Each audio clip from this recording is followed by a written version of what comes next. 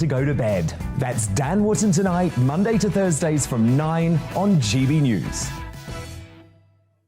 Every morning from 6 o'clock, we'll wake you up with GB News Breakfast with all the stories you didn't know from the night before. So whether it's serious news, entertainment, or your own views from all over our great nation, we're here to kick off your day with a smile. And the national media should be reflecting and reporting what's happening here. You will notice the northwestern accents. Whether you're with us on TV, radio, or online, every morning, it's breakfast from 6 a.m. Hope you can join us.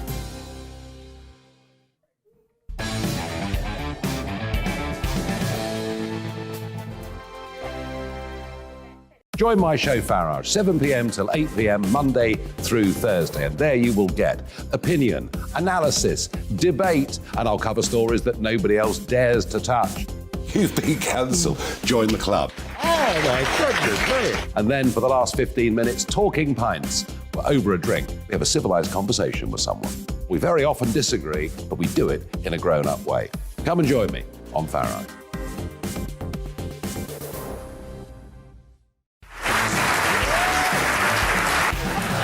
My name is Andrew Doyle. Join me every Sunday evening at 7 p.m. for Free Speech Nation. This is a show where we address current affairs and news stories of the week with the help of two wonderful comedian panellists. I brought in comics because I want to give it a lighter edge, and also they work for less. See you there.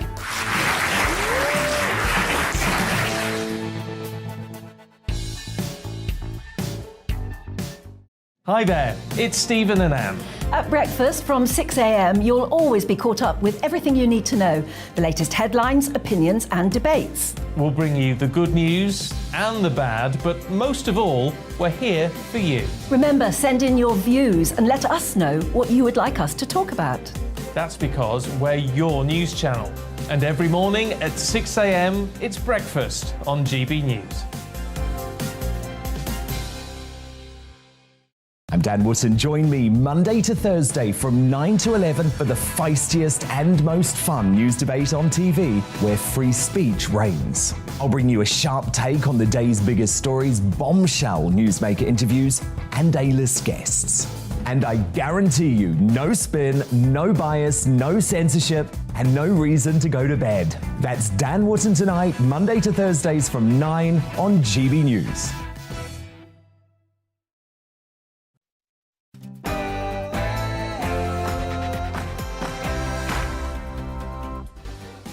Welcome to Mark Dolan tonight. As you can see, Mark isn't here. He has bravely left me in charge. Bev Turner on your TV and radio. I've got the reins this weekend, and thank you for joining me and keeping me company. Now, coming up in my big opinion, what is going on with our workforce? Do we work from home? Do we go into offices? We don't know, but are Generation Z killing the 9 to 5? I'm going to be asking. In the big question, have we given up on solving crimes? We're going to be talking to former criminal Lennox Rogers, former police officer Henry Bolton, and Colin Sutton, the man responsible for catching the Night Stalker and Millie Dowler's killer, to work out what is going on with our crime force. Now, for my feature interview at 10, I'm going to be joined by TikTok barber Joel Ezekiel. He's going to tell me all about how he tours the world with his clippers and shares his travels with his 31,000 followers. He's also going to be cutting GB News producers Tom's hair live on the show, and let me tell you, he needs it. Now, in the news agenda, we're going to be discussing, is cheap travel sustainable? After Anthony Joshua's defeat also, should you always be a gracious loser?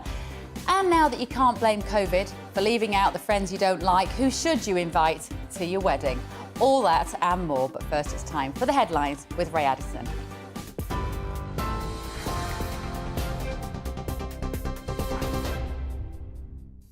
Thanks, Bev. Here's the latest from the GB newsroom. The Prime Minister and President Biden have discussed Russia's occupation of Ukraine's Zaporizhzhia nuclear power plant. Returning from his second holiday of the summer, Boris Johnson discussed the risk fighting poses to the facility. He also spoke to France's Emmanuel Macron and German Chancellor Olaf Scholz. Mr. Johnson has faced criticism for vacationing in Greece as inflation and energy prices continue to worry struggling families. Downing Street says he'll fully resume work on Monday. Labour is accusing the government of having lost the plot over plans to allow doctors to write prescriptions, giving them discounts off of their energy bills. The British Medical Association says they completely reject the policy as it would add to GPs' already huge workload. It also said that floating these sorts of proposals via the media is deeply unprofessional. A government official says the policy would take a lot more work, but all ideas remain on the table. Dock workers at one of Britain's busiest ports began 8 days of strike action earlier on today. Nearly 2,000 union members at Felixstowe in Suffolk walked out for the first time in nearly 30 years. The port handles nearly half of all container freight that arrives into Britain. Union workers have already rejected a 7% pay rise as it's below the rate of inflation. Barristers are voting over a planned strike in a row with the government over jobs and pay. Members of the Criminal Bar Association in England and Wales have already staged brief walkouts. Now they're deciding if they should take uninterrupted industrial action from the 5th of September. The ballot closes at midnight tonight, with the result expected tomorrow. Greater Manchester Police have launched a murder investigation after 2 men were stabbed in Altrincham, one fatally. 31-year-old Rico Burton, the cousin of heavyweight boxer Tyson Fury, died after being stabbed in the neck at around 3 a.m. this morning. The second victim, a 17-year-old male, remains in hospital with serious injuries. 2 men in their early 20s have been arrested and remain in custody. Tyson Fury is calling on the government to tackle the knife crime pandemic and wants higher sentencing for those convicted of carrying a weapon. And the American actor Gary Busey has been charged with 2 counts of criminal sexual contact after appearing at a film convention in New Jersey yesterday. The 78-year-old was also charged with 1 count of criminal attempt, criminal sexual contact, and 1 count of harassment. The event organisers say the actor was immediately removed from the convention following a complaint. Mr. Busey's representatives did not immediately comment on these charges. On TV, online and on DAB+ radio, this is GB News. Back now to Bev.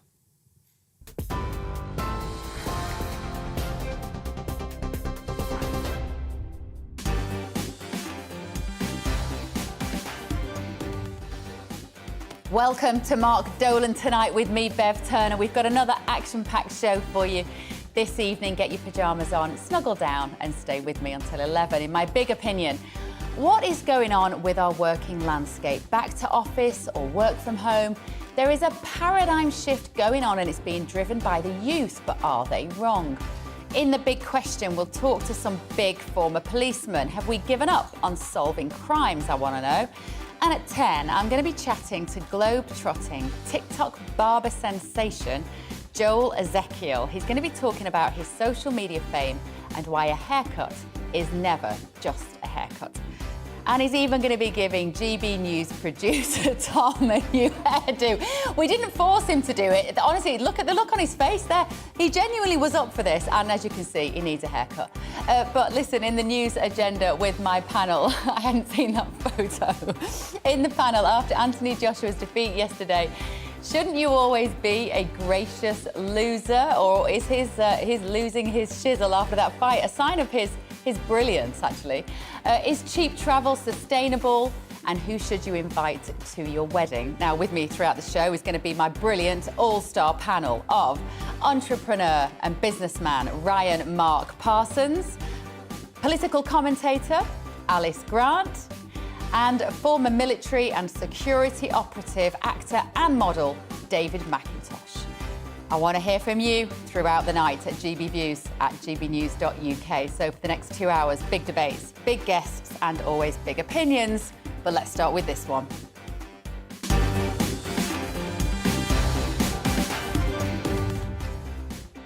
So in the next few minutes, I'm afraid I'll have more questions, I think, than answers, because the issues swirling around our employment landscape are currently so complex.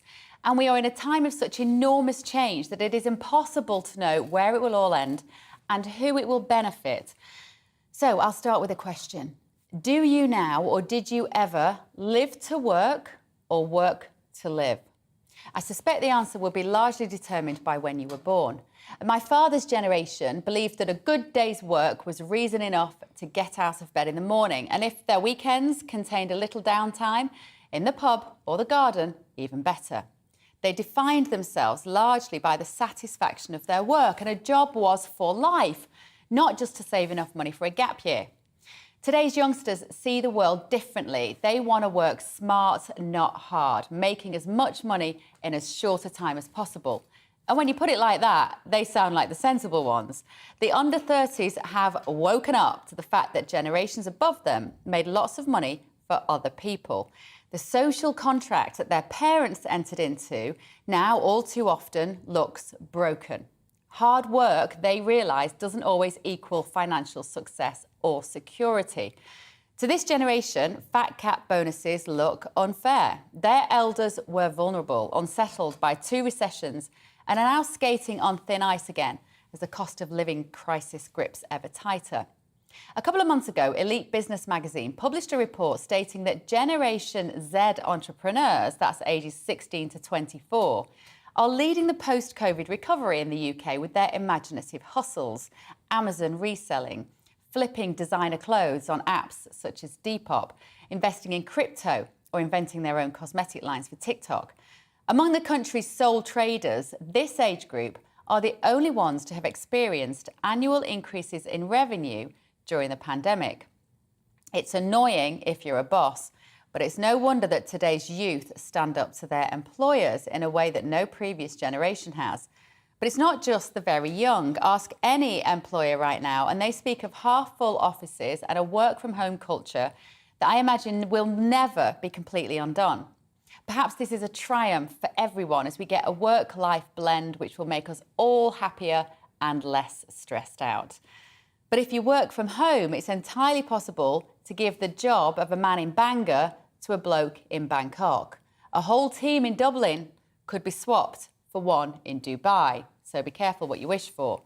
In economic terms, what we're experiencing is the 4th industrial revolution. But for some reason, the government don't explicitly mention this unless they're chatting to the Davos mates. I don't know why. Perhaps you might then ask whether the changes they are planning will improve your life, and that might be tricky for them to answer.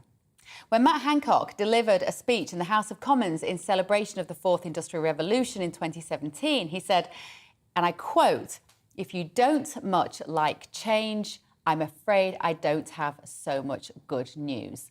Our goal," he said, "must be to automate work, but humanise jobs, allow machines to do the dangerous, boring and repetitive, and ensure we humans have the capacity to do the creative, empathetic and interactive." Now, that sounds great in principle, but I was chatting to the lady on the till this week at my local supermarket. For some isolated folk, that conversation might be the only one they have all week, remember? And she told me that they were moving to more automated checkouts. You see, she said, one person can then manage 10 tills. I do hope that Matt Hancock and his fellow MPs have plans for the creative and empathetic jobs which the sacked 9 people will now need. Maybe the universal basic income currently being trialled in parts of Wales will be the answer. I don't know. Our transport sector is only one of several industries currently beset with strikes. Discontent is getting louder by the day.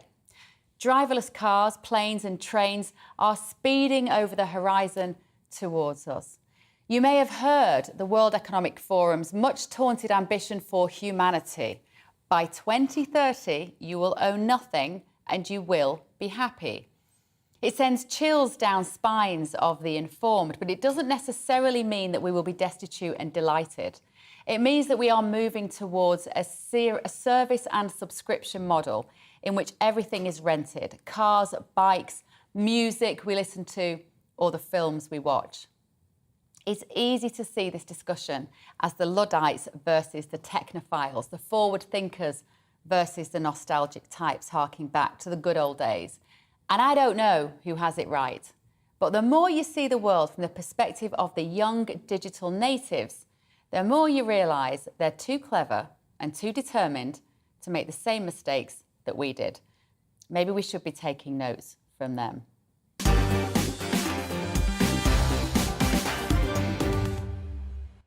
So let me know what you think, GBViews at gbnews.uk. And with me now and joining me throughout the show is my all-star panel, entrepreneur and businessman Ryan Mark Parsons, political commentator Alice Grant, and former military and security operative, actor and model. That's so many jobs, David McIntosh. I want to hear all about them tonight.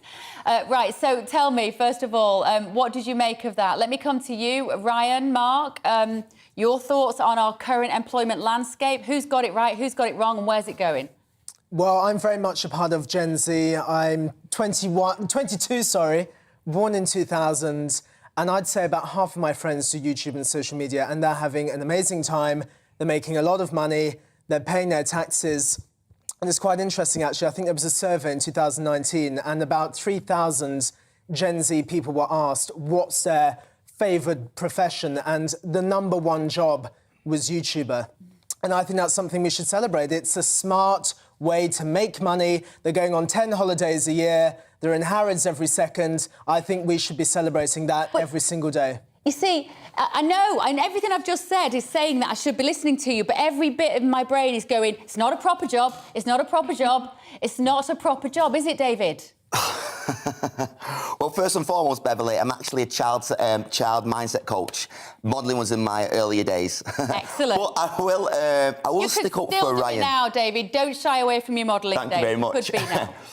I'm going to stick up for Ryan here on the Gen Z because, you know, I would usually call them wet behind the ears and lacklustre for work, but here we go.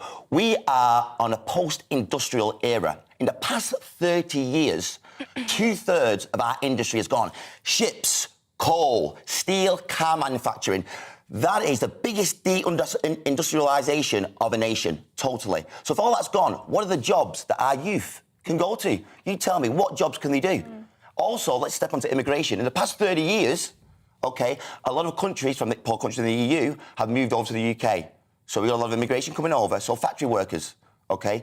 Students can no longer go into the factory. They can, but there's a lot less job opportunities because they'll be taken from people from Eastern European countries.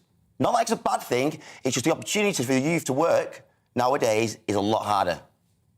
OK, yeah. Alice, let me come to you. If you don't mind me asking, how old are you, Alice? Are you Gen Z? Yes, I'm Gen Z. I'm 20 years old, and I think it's also a wonderful thing that young people are taking the initiative to go into more creative jobs.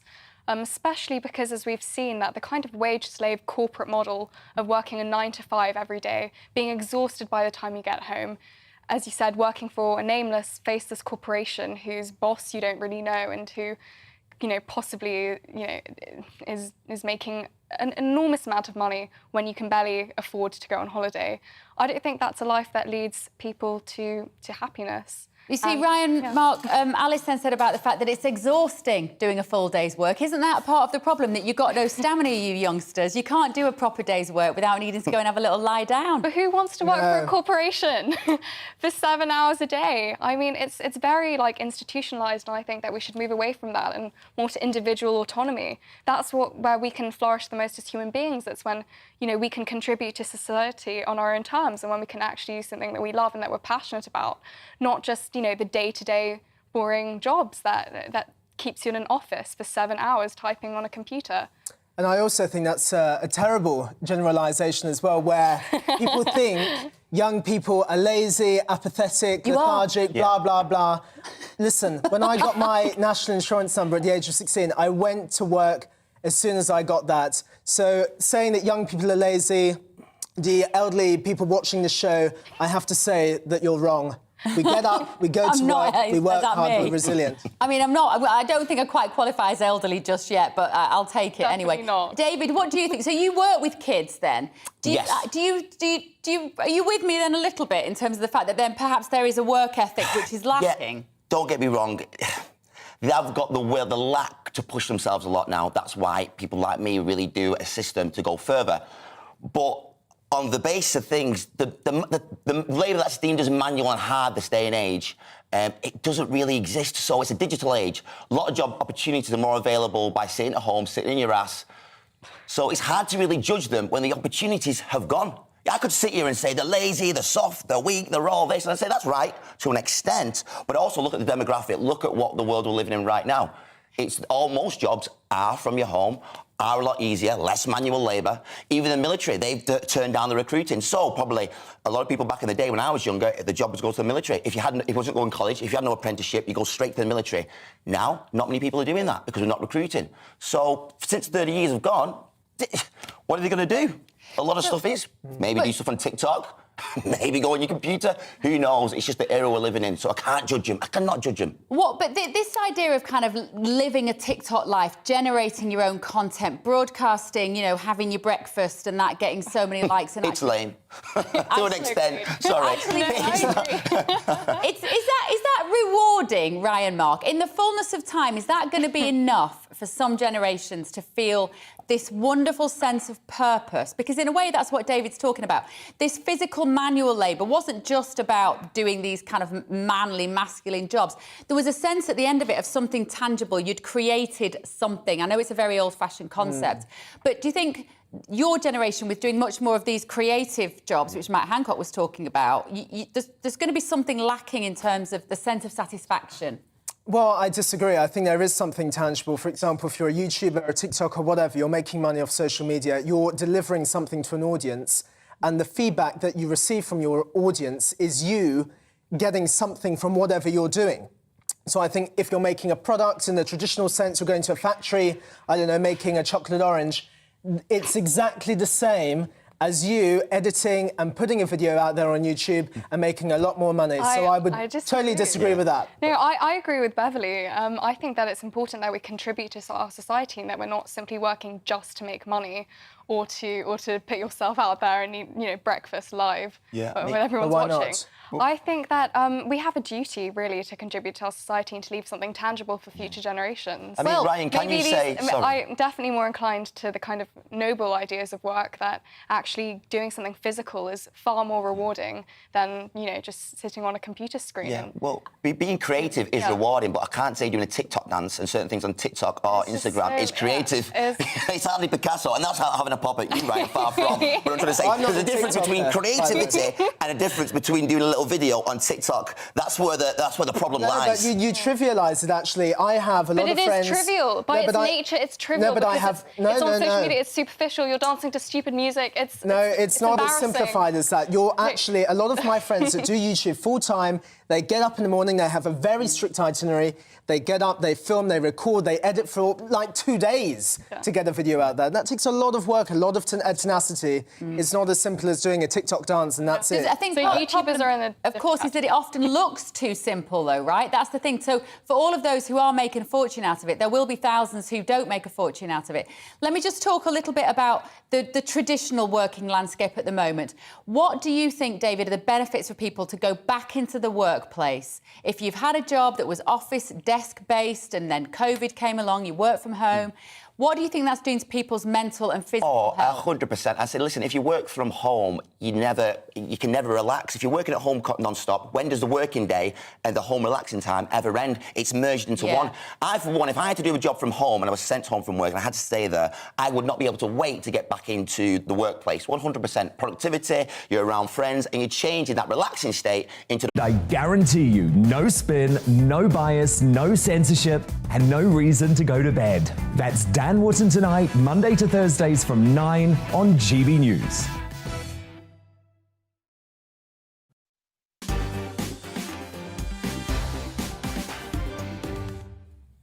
Welcome back to Mark Dolan tonight with me, Bev Turner, while Mark takes a well-earned holiday. Now it's time for the big question in which we tackle a major news story of the day.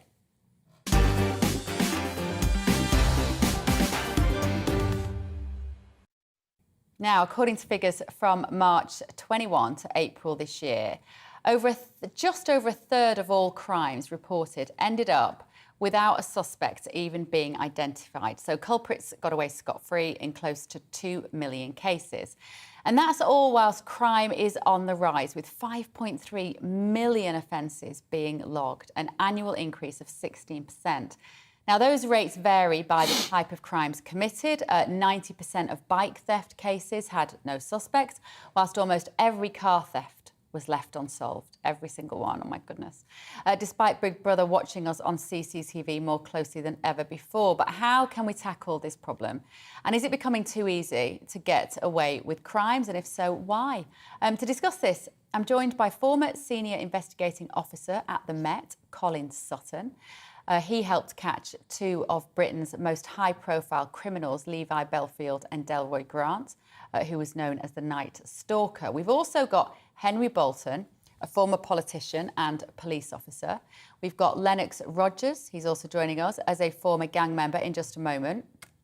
He's admitted using violent crimes, but now runs the charity Refocus Project, a crime prevention and early intervention service. It'll be interesting to talk to him. And also Senior Investigating Officer at the Met. Sorry, I've done that, and Colin. And also David McIntosh. David is still here. And Johan. Now, Johan, I'm going to come to you first because it was my interaction with you, which was one of the reasons that led to us doing this story today. Now, just to give you a little bit of background here, I was walking through my local park and I saw a rucksack on the floor and I thought, OK, that might be somebody's who's been stolen. So I picked it up and in it I found a driving licence and a few personal effects. And I took it home with me, determined to find that person. This was only last week, to give them back this bag with a few items in it and their driving licence. I managed, through a process of trawling through social media like a crazy person, to track down Johan, who I am now meeting for the first time, and you've got your bag back, haven't you? But the point of having you here is that your bag was stolen from your car, and within a matter of hours, the police said, there's nothing we can do about it. I'm really sorry. Yeah, 100%. I 8 o'clock in the morning, get to my car, window smashed, bag stolen out the back. Report to police straight away. They tell me to look for a few signs of blood and so on. I can't see any of that. They say, OK, we're not going to send anyone out. You can drive off and we'll call you if we need any more information. Some info I gave was 2 security cameras across the road looking directly towards the car. So I thought, maybe they could track something here. They also said, be ready to give us a serial number of the laptop. So I was like, OK. They're going to be on this. And then, 4 o'clock that same day just said they've had a look at the case and they think it's unlikely to find anyone, so they're not going to look any further into it. And that was it. And so, like you say, there's CCTV cameras everywhere. You might think, you know what, the chances are those criminals will be known to the local police. There's a lot of car crime in the area where I live and where you were that night.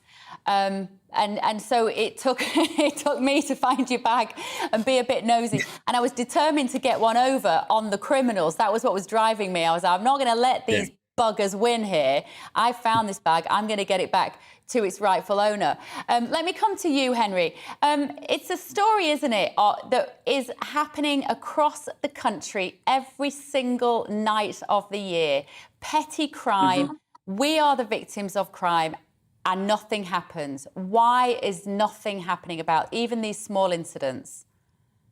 Indeed, Bev, and also in this story is the impact it has on ordinary people. It might only be a bag or a laptop or whatever, but it actually has quite an impact on somebody's life. They really feel quite defiled by it. So they are real victims in this. But why is it happening? Well, back in 2010, particularly then, there were swathing cuts to the police. Police training colleges were cut. Police stations were cut.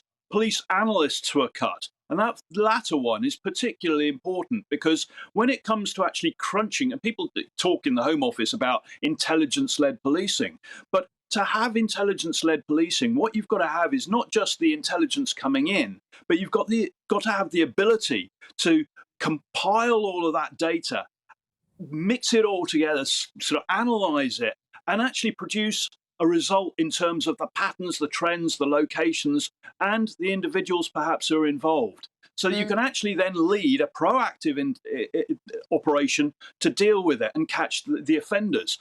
A lot of those analysts no longer exist. They've been cut across the police by about 80%. So intelligence-led policing, frankly, doesn't really exist any longer.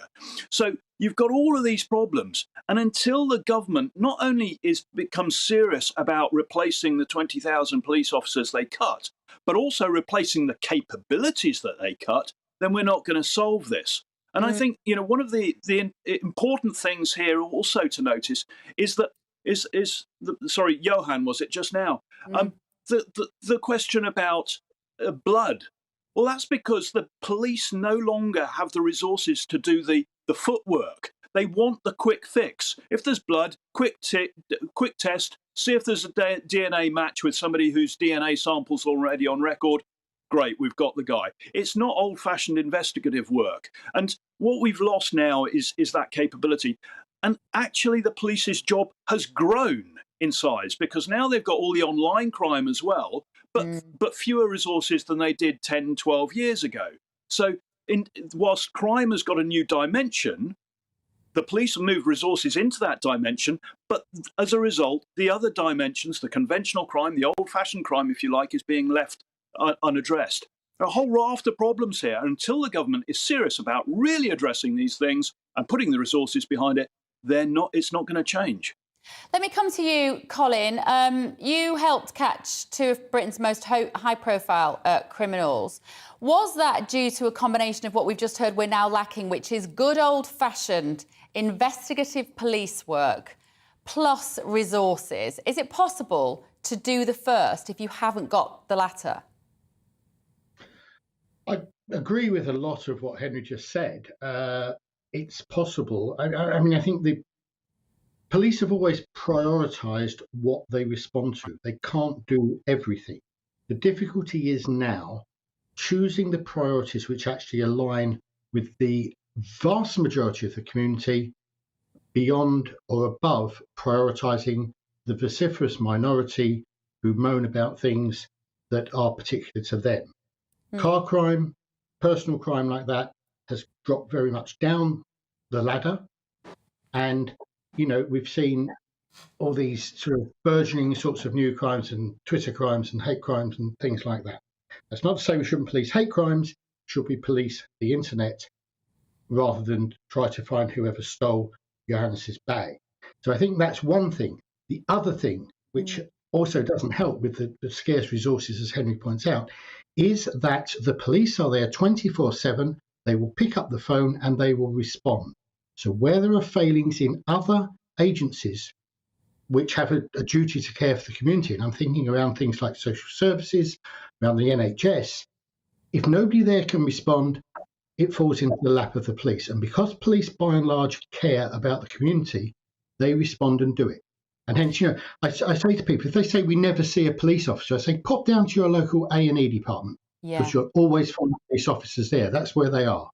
I keep hearing this time and time again. Every time I interview a police officer, what I'm hearing is that they are doing more and more, effectively, social work. They're being called out to mental health situations. They're being called out to domestics, which have got very messy, and neighbours have called the police.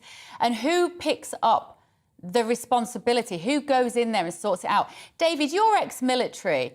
I'm wondering, against this backdrop at the moment, whether there is a place for the military to start getting involved in the police. We've never had a situation with so few crimes. I mentioned this last time on the Mark Dolan show where the recruit this day and age, it seems to be from uni graduates. They don't want the rough, the ready, the people that have been on the streets and know more about the local community. So a military man doesn't really get that opportunity to, I would say, get a police position more than someone who's got a degree.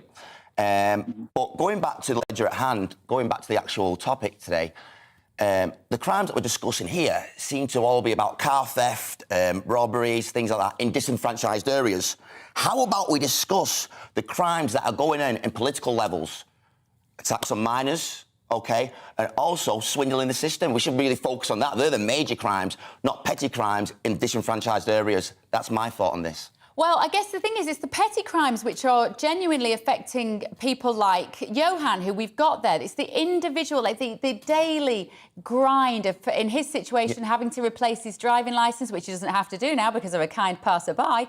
But, you know, there's, there are these things get people down. It takes time. It's a hassle. It's your insurance claims. It's awful. I'd say a lot of Listen, confidence is Lennox lost for me. Yeah, a lot of confidence is lost in the police there because it feels like I'm scared to park in London again, to be honest, because I feel like anyone's going to come and smash my window at any night now. Yeah, well, you won't leave your bag on the back seat next time, will you, Johan? That's, that's well, for sure. It was an opportunity hit because it was obviously hidden underneath seats, so it's never in view. Oh wow! So it's just opportunist. Maybe they saw the car in the area and they knew that's not a car that's usually in this area. So it's obviously guys. Well, like I say, I think, well, they know they can operate with absolute impunity, don't they? That we've just heard it. Car crime just does not get investigated. Lennox Rogers has joined us. His line has been rescued. Now, good evening, Lennox. Thanks for joining us. Now, you're a former gang member. You admitted using violent crime. You now run a charity, the Refocus Projects, with crime prevention and early intervention service. Where are we going wrong? If we have to accept that the police is not getting the resources or the manpower it needs, how do we stop crime before it's requiring the use of our services? It's very difficult to stop the crime. It was a big mistake for someone to cut the police. That was a big mistake that got the criminals rubbing their hands. It's the same like they decided to turn off the street lights, so it's people making stupid decisions like that. The police are always going to be needed. Now we're going to have to work, really hard to try and get things back to where they were or even more. But it's very hard. You must work with some youngsters, though, who frankly have no fear of anyone or anything, and they certainly don't have any fear of our justice system. Do we need to get back to harsher crimes, harsher punishments, or is that going in the wrong direction? We need that as well, but we also need to try and look at the root issues of what's going wrong, and there's a lot of young people who are vulnerable and they're not safe at home. They're not safe in the community. And we have to, it's going to cost millions of pounds, but you'd have to provide a kind of special community for young people where you can give them life skills, where you can educate them, where you can get psychologists and counsellors to help tackle the root issues and unpick that negative behaviour that they've been taught. You probably have to involve the armed forces at some point to, as a careers advice after they've had the help. But you have to have that type of intervention and there being a community where it's just like society, but it's just secure and enclosed, and it helps work through all these different issues that they got. But you're still going to get crime outside, and you're going to need more police. You're going to need to tell citizens to be a bit more vigilant and safety conscious, because there's some crazy people out there committing crimes. And so, but it takes everyone. Yeah, Henry. Let me come back to you. If I can just ask something here. I mean, we've had a couple of things here, which, so one of the things that happened back sort of 2010-ish was Theresa May, when she was Home Secretary, signed up to standards of common policing standards or recruitment standards, which was something to do with the European Union, in which that's where the whole thing started about having to select people who've got degrees. Well, that shuts out members of the armed forces. You've just heard from a former gang member there that there's implied, correct me if I'm wrong, Lennox, but there's an element of respect there for the armed forces. They've got a role to play, but they are effectively being denied, as we previously heard, from being recruited, because most of them, or many of them, don't have a degree and therefore are effectively shut out. And in fact, even 25 years ago, police forces were moving away from recruiting former members of the armed forces because they wanted a more softly approach with the community. Well, that matches the fact that we've cut back on local government and welfare side of things, and the police are going to have to prioritise prevention or protection of life. So that means that they now have to intervene on welfare issues. So we've broken the whole system. We need to start thinking about resourcing local authorities correctly so that they can do their role, resourcing the police correctly so that they can do their role, and bringing in a role for veterans from the armed forces who have also got a role. Colin Sutton, let me come to you. In your vast experience, do you think a police officer needs to have a degree?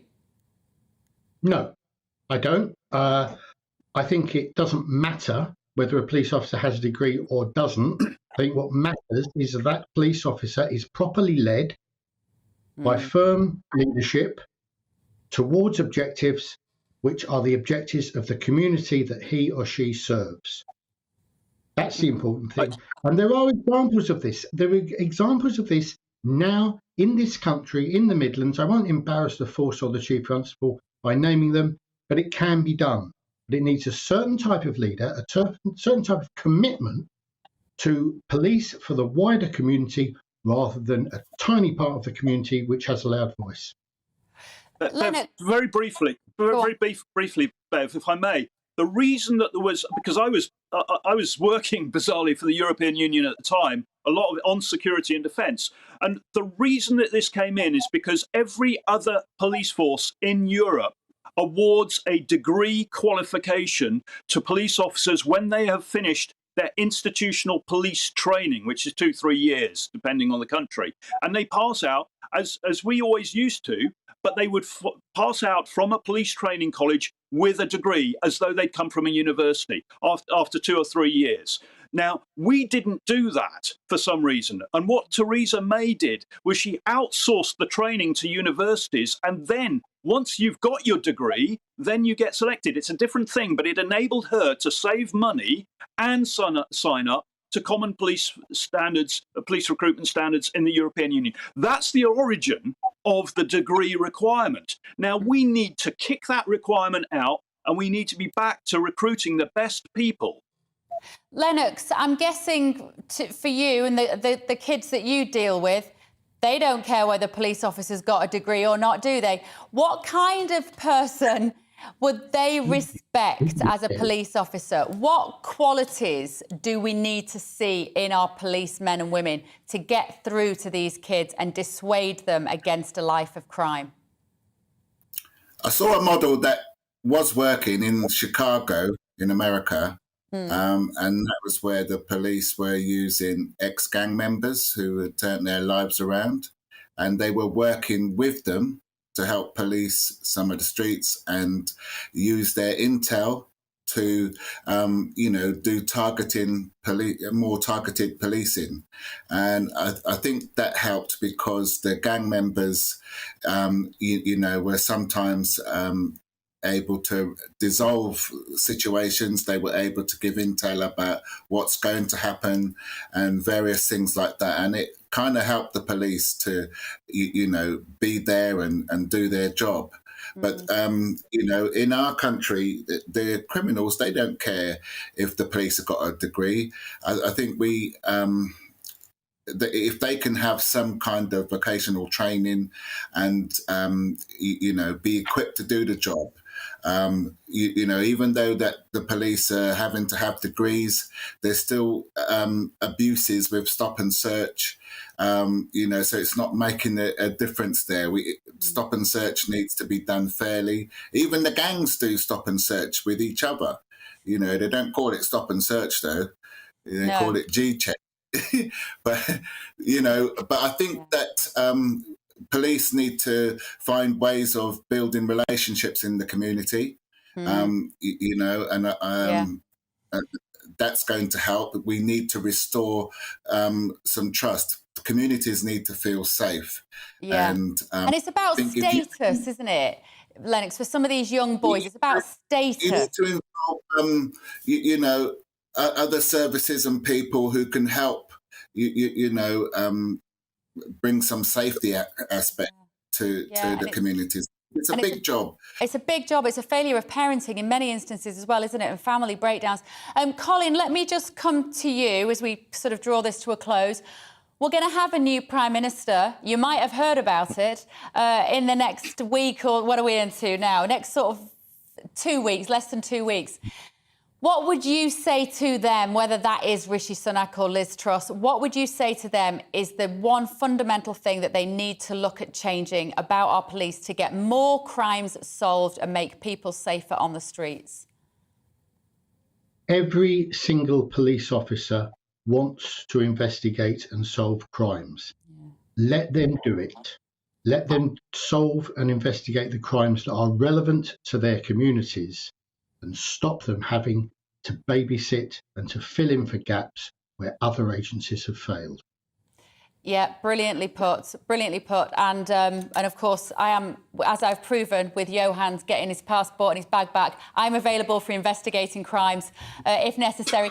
Gentlemen, Johan, great to meet you. Thanks for joining us. Lennox there as well. What was the name of your charity again? Let me just give it another plug. Lennox Rogers. Thank Refocus you. Project. Brilliant. David, you're sticking with us. This is my book. You've written a book? Fantastic, fantastic. Right, Colin Sutton there, Henry Bolton, a big team to have a big chat about a big conversation. Thank you all so much, gentlemen, for joining us this late on a Sunday night. Right, David, don't go anywhere. You're going to be sticking around with me. OK, let me know what you think as well. GBViews at gbnews.uk. We're going to be looking at the breakthrough low-budget airline is slashing prices for holidaymakers. Who'd have thought that was coming? And the social media sensation sticking up for the Finnish Prime Minister, who I was talking about last night. As always, we'll have the papers as well at exactly 10:30. Don't go anywhere.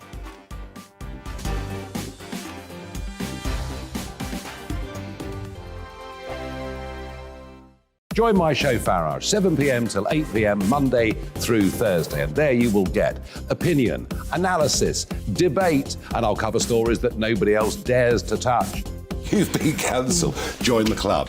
Oh, my goodness me. And then for the last 15 minutes, talking pints. We're over a drink. We have a civilised conversation with someone. We very often disagree, but we do it in a grown-up way. Come and join me on Farage.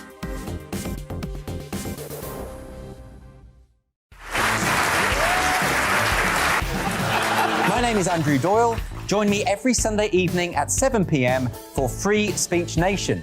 This is a show where we address current affairs and news stories of the week with the help of two wonderful comedian panellists. I brought in comics because I want to give it a lighter edge, and also they work for less. See you there.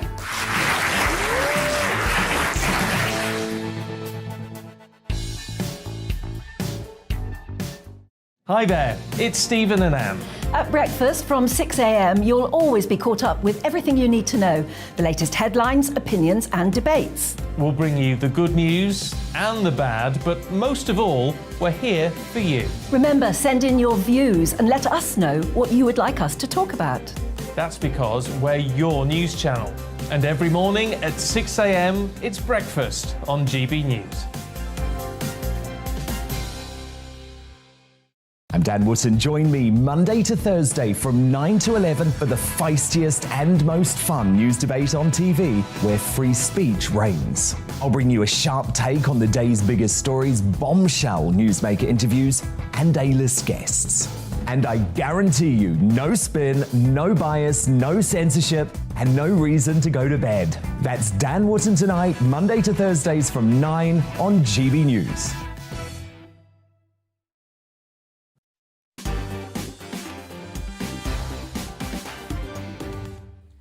Good evening. It's a Sunday night. I hope you've got your pyjamas on, got your bed socks on, glass of wine, whatever it is you're enjoying. But thank you for being here with me now. It's been all doom and gloom for travellers, hasn't it, for the last couple of years? But we've got some positive news today.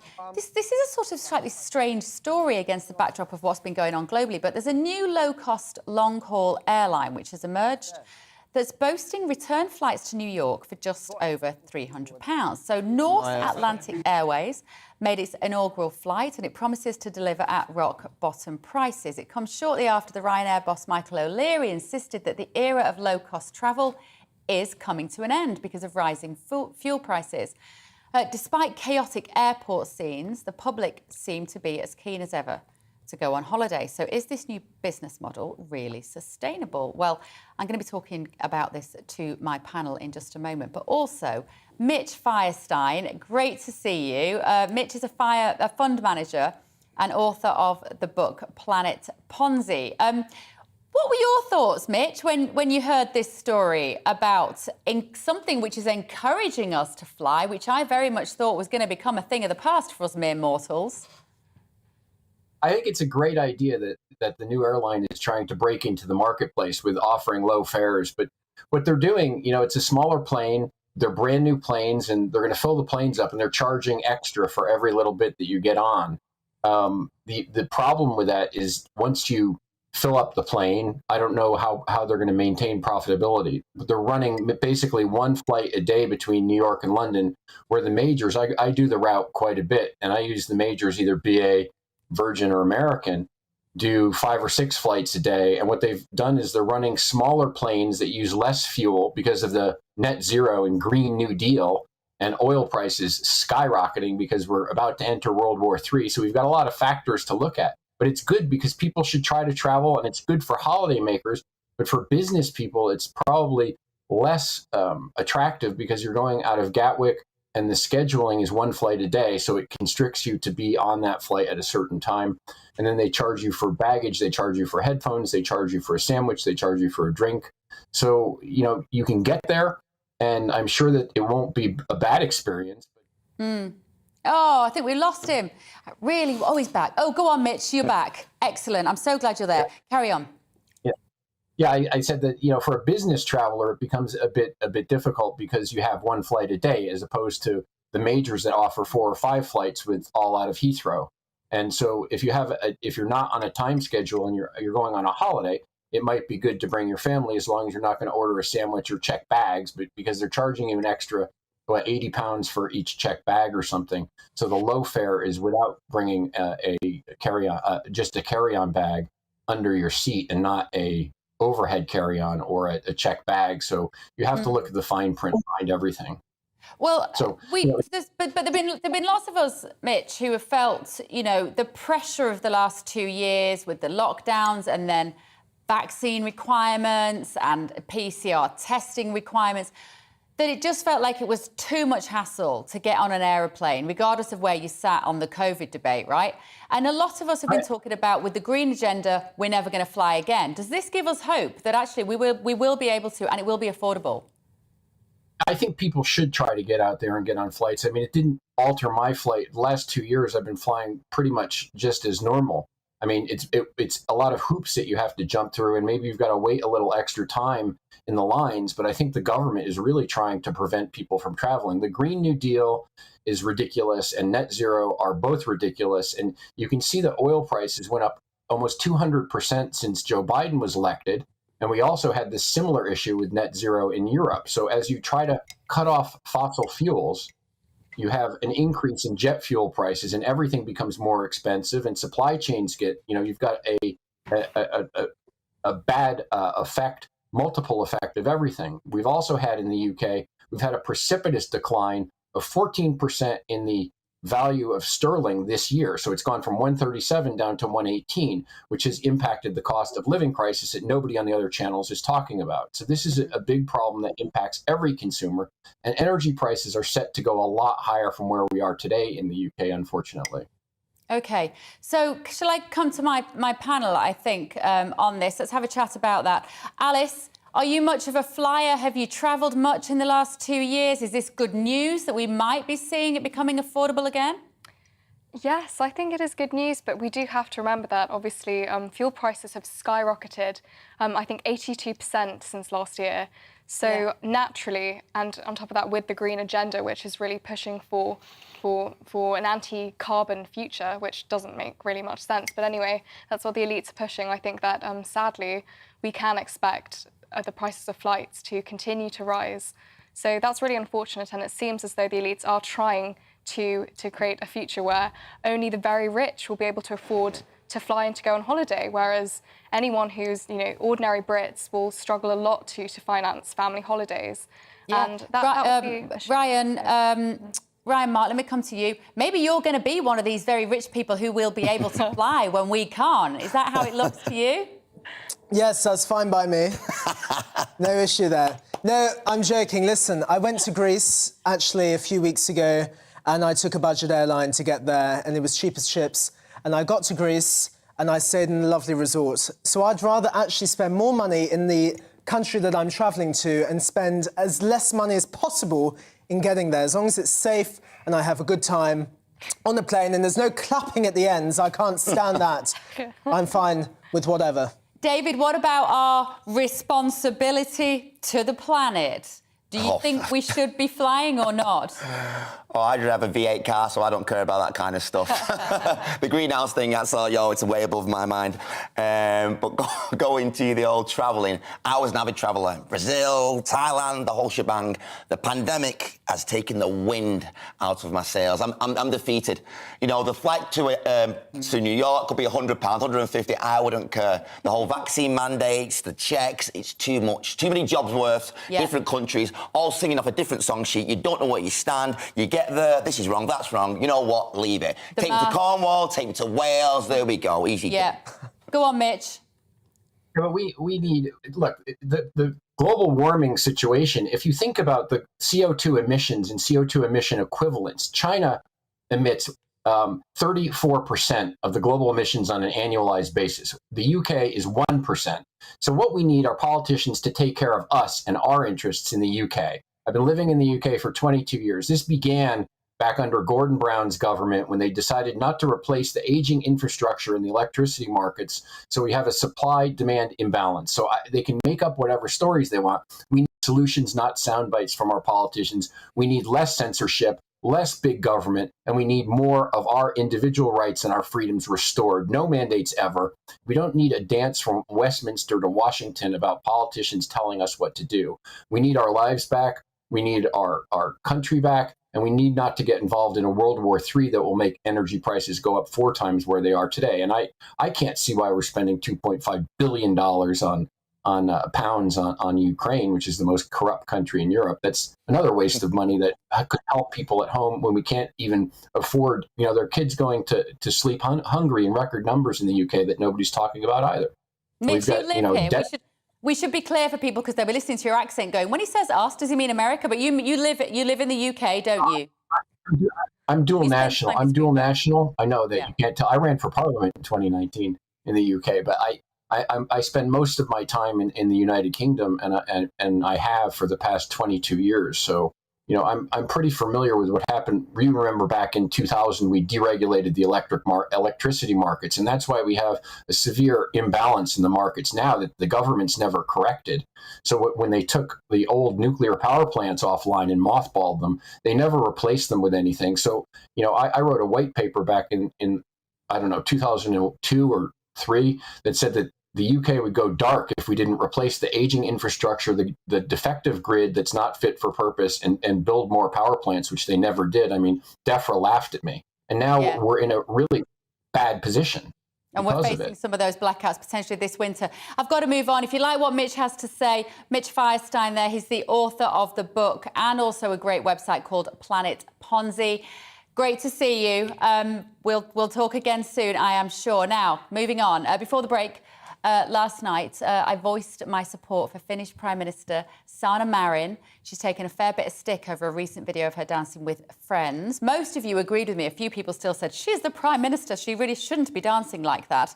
But it would appear that most of you, and particularly the majority of Finnish women, are well and truly on her side. Take a look at this. This is solidarity for Sanna.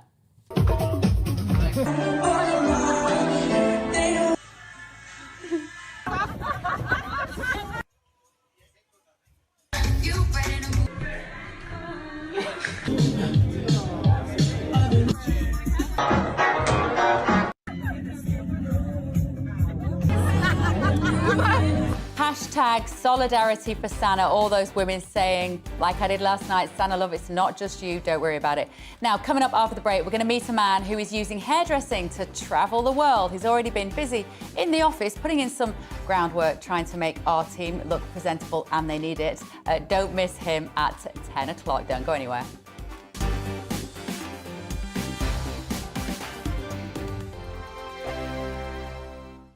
Join my show Farage, 7 p.m. till 8 p.m. Monday through Thursday. And there you will get opinion, analysis, debate, and I'll cover stories that nobody else dares to touch. You've been cancelled. Join the club. Oh, my goodness me. And then for the last 15 minutes, talking pints. We're over a drink. We have a civilised conversation with someone. We very often disagree, but we do it in a grown-up way. Come and join me on Farage.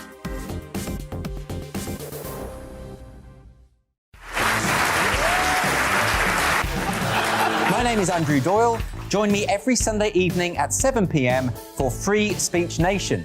This is a show where we address current affairs and news stories of the week with the help of two wonderful comedian panellists. I brought in comics because I want to give it a lighter edge, and also they work for less.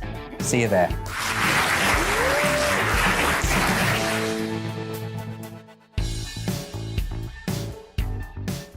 Hi there, it's Stephen and Anne. At breakfast from 6 a.m, you'll always be caught up with everything you need to know, the latest headlines, opinions and debates. We'll bring you the good news and the bad, but most of all, we're here for you. Remember, send in your views and let us know what you would like us to talk about. That's because we're your news channel. And every morning at 6 a.m, it's breakfast on GB News. I'm Dan Wootton. Join me Monday to Thursday from 9 to 11 for the feistiest and most fun news debate on TV, where free speech reigns. I'll bring you a sharp take on the day's biggest stories, bombshell newsmaker interviews, and A-list guests. And I guarantee you, no spin, no bias, no censorship, and no reason to go to bed. That's Dan Wootton Tonight, Monday to Thursdays from 9 on GB News.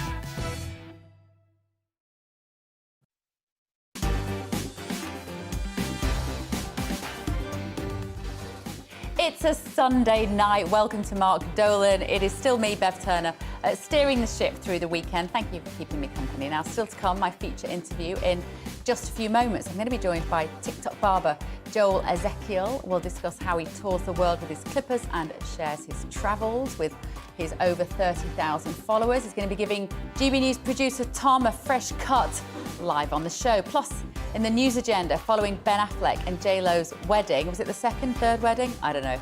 Who should you invite to your wedding, especially now you can't blame COVID if you don't want them there? And the papers at 10:30, but first it is time for the headlines with Ray.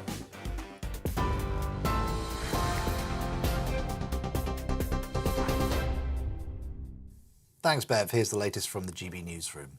The Prime Minister has discussed Russia's occupation of Ukraine's Zaporizhzhia nuclear power plant with President Biden. Returning from his second holiday of the summer, the two leaders talked about the risk fighting poses to the facility. He also spoke to France's Emmanuel Macron and German Chancellor Olaf Scholz. Mr. Johnson has faced criticism for vacationing in Greece as inflation and energy prices continue to worry struggling families. Downing Street says he'll fully resume work on Monday. Labour is accusing the government of having lost the plot over plans to allow doctors to write prescriptions, giving them discounts off of their energy bills. The British Medical Association says they completely reject the policy as it would add to GPs' already huge workload. It also said that floating these sorts of proposals via the media is deeply unprofessional. A government official says the policy would take a lot more work, but all ideas remain on the table. Dock workers at one of Britain's busiest ports began 8 days of strike action today. Nearly 2,000 union members at Felixstowe in Suffolk walked out for the first time in nearly 30 years.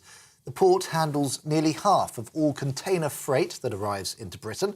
Union workers have already rejected a 7% pay rise as it's below the rate of inflation. Barristers are voting over a planned strike in a row with the government over jobs and pay.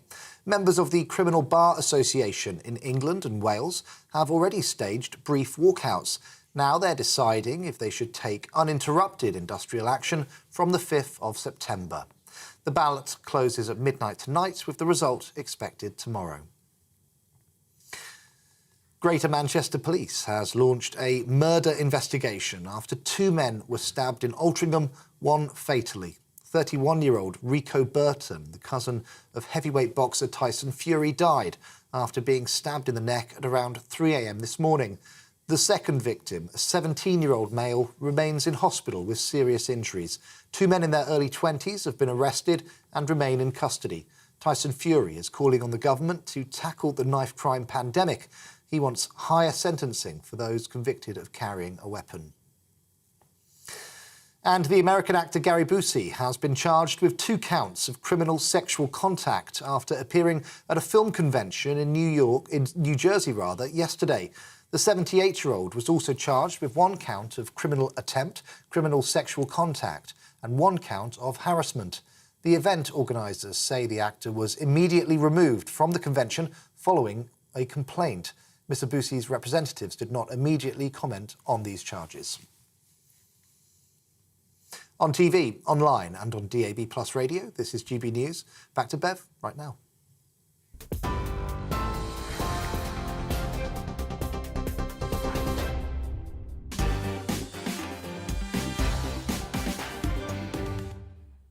It's time now for Mark Meets, or this weekend, Turner Talks to.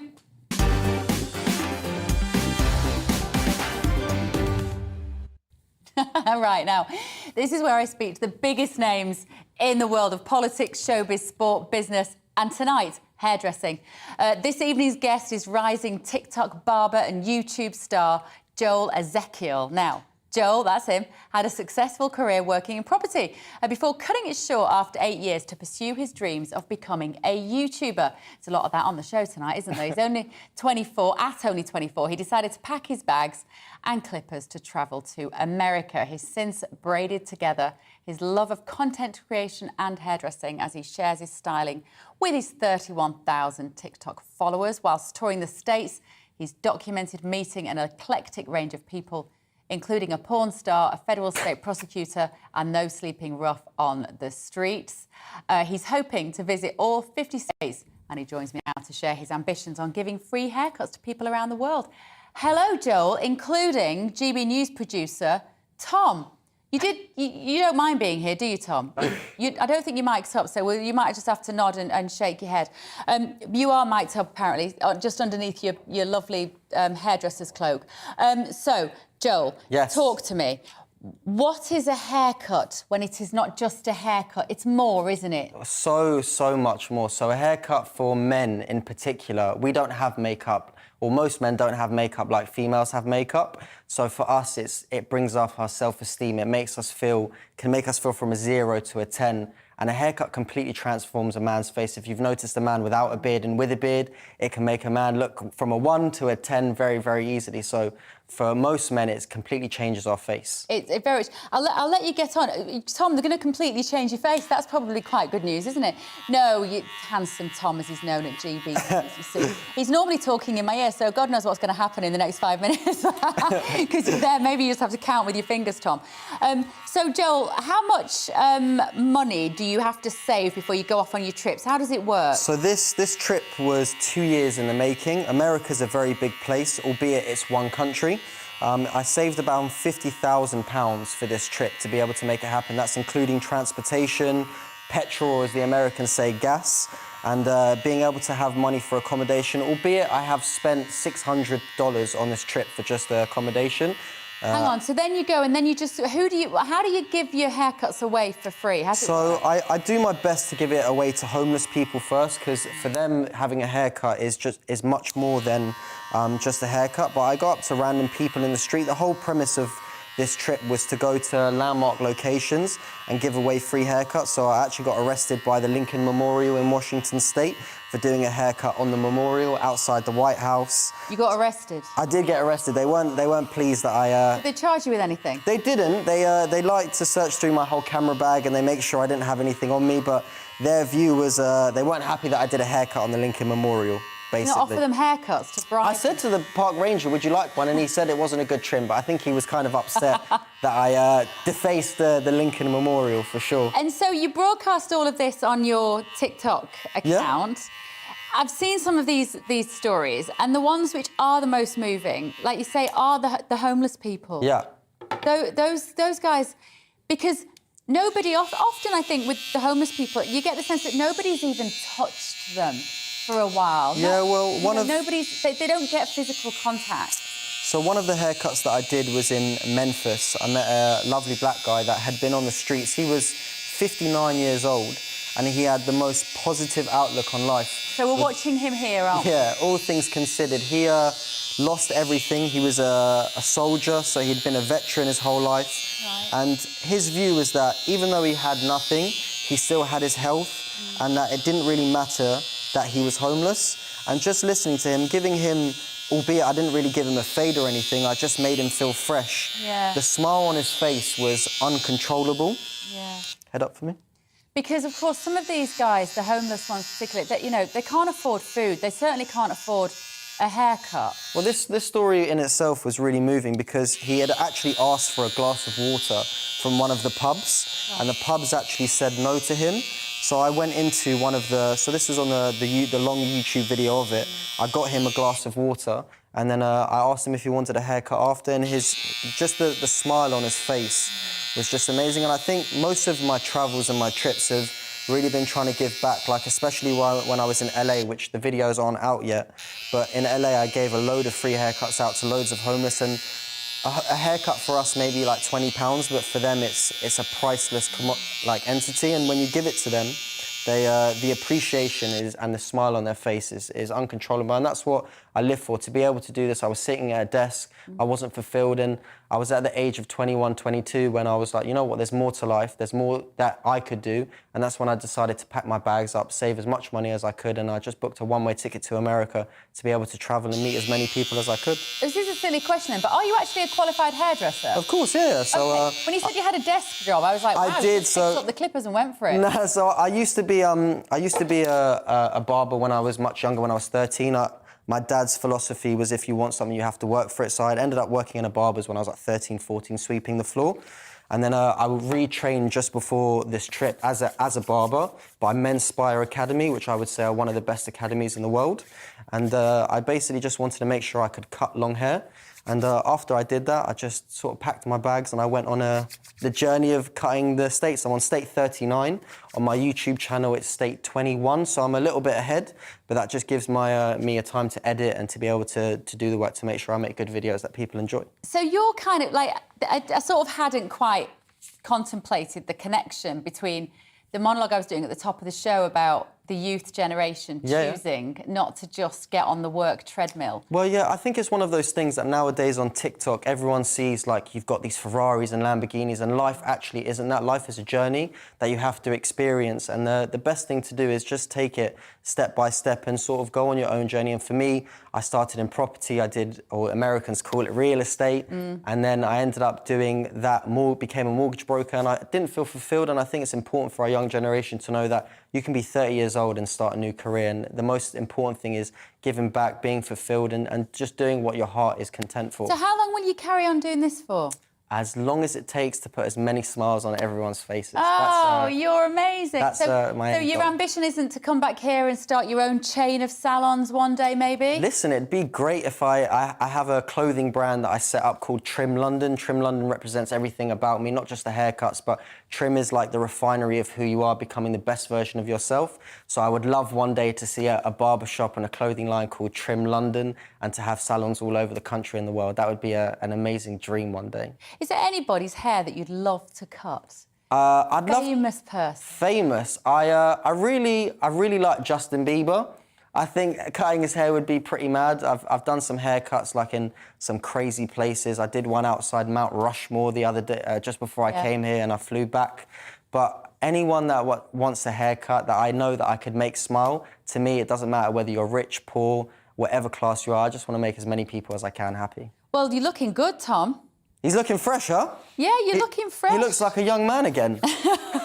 Rather than worn out by working with me all weekend, you mean? You did look a bit knackered by tonight, you're right. You do look good, Tom. Yeah, look, I think he's happy with that. Yeah, it's good.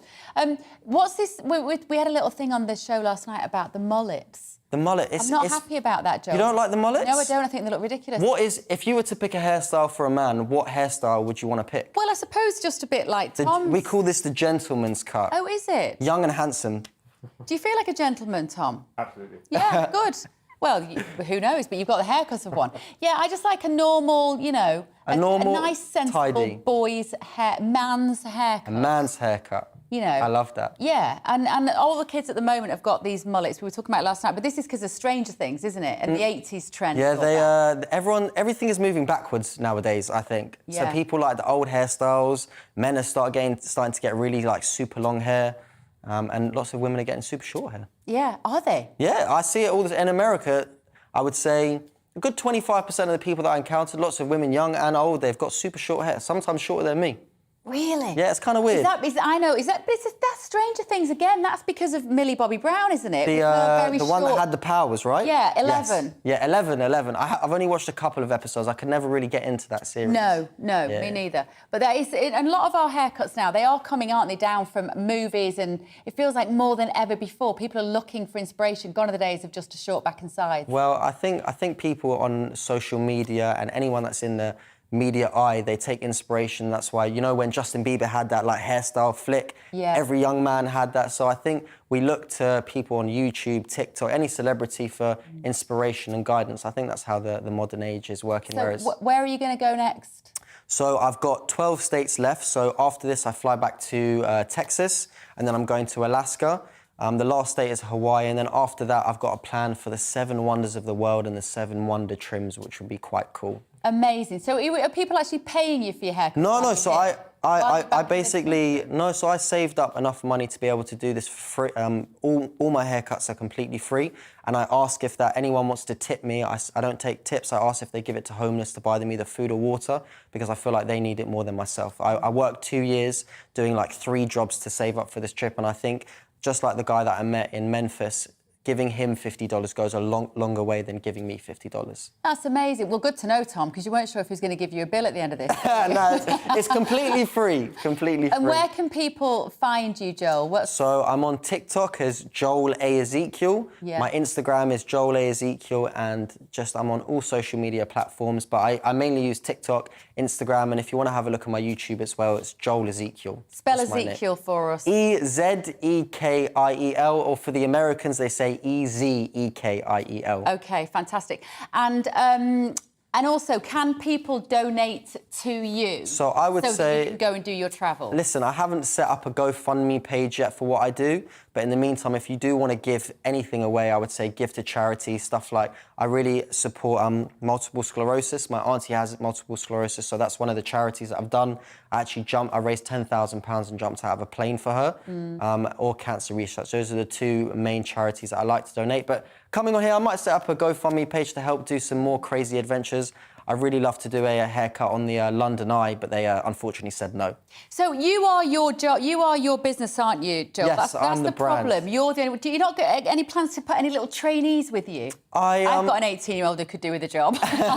So if I can bring people onto my team, then I would love to bring people onto my team. I've already got an editor that, funny enough, his name's Ben. He left his job. He took less money to come work for me because he believed in my journey.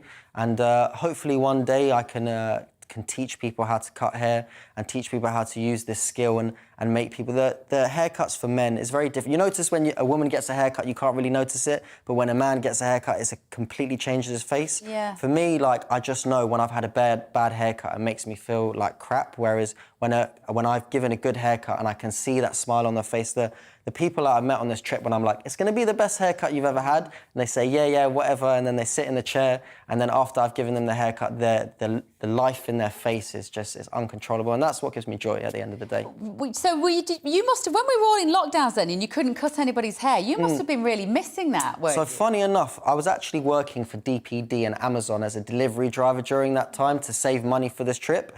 And then when stuff started to open back up, that's when I did my retraining as a barber with Menspire. Right. And then I basically, within 6 months, because it took me about 7 months to get my visa, because I've obviously stayed in the US for 6 months at one time. Yeah. I then flew over to the US to do the travels. I bought a motorbike out there, so I'm touring on a motorbike, hence my lovely little scar. I did nearly ask you about that. Did you come off your motorbike? So what happened was I usually wear full gear on my motorbike, so gear is very important, everyone.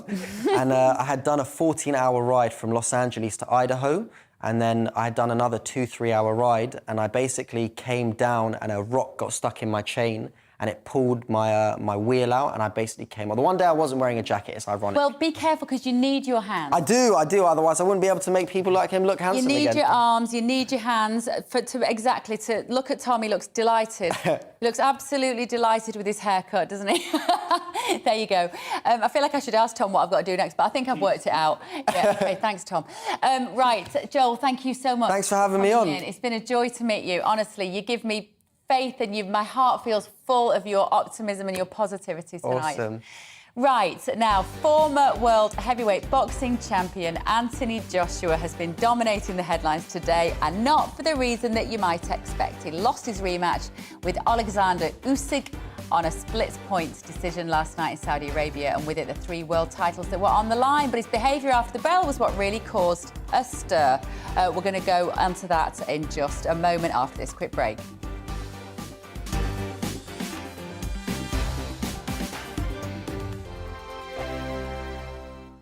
Join my show Farage, 7 p.m. till 8 p.m. Monday through Thursday. And there you will get opinion, analysis, debate, and I'll cover stories that nobody else dares to touch.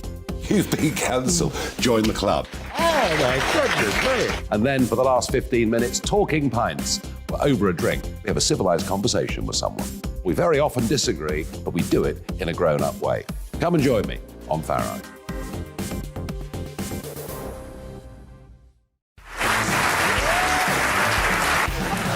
My name is Andrew Doyle. Join me every Sunday evening at 7 p.m. for Free Speech Nation. This is a show where we address current affairs and news stories of the week with the help of 2 wonderful comedian panellists. I brought in comics because I want to give it a lighter edge, and also they work for less. See you there.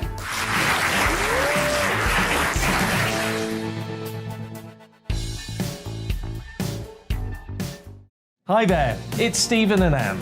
At breakfast from 6 a.m, you'll always be caught up with everything you need to know, the latest headlines, opinions and debates. We'll bring you the good news and the bad, but most of all, we're here for you. Remember, send in your views and let us know what you would like us to talk about. That's because we're your news channel. And every morning at 6 a.m, it's breakfast on GBNews. I'm Dan Wootton. Join me Monday to Thursday from 9 to 11 for the feistiest and most fun news debate on TV, where free speech reigns. I'll bring you a sharp take on the day's biggest stories, bombshell newsmaker interviews, and A-list guests. And I guarantee you, no spin, no bias, no censorship, and no reason to go to bed. That's Dan Wootton Tonight, Monday to Thursdays from 9 on GB News.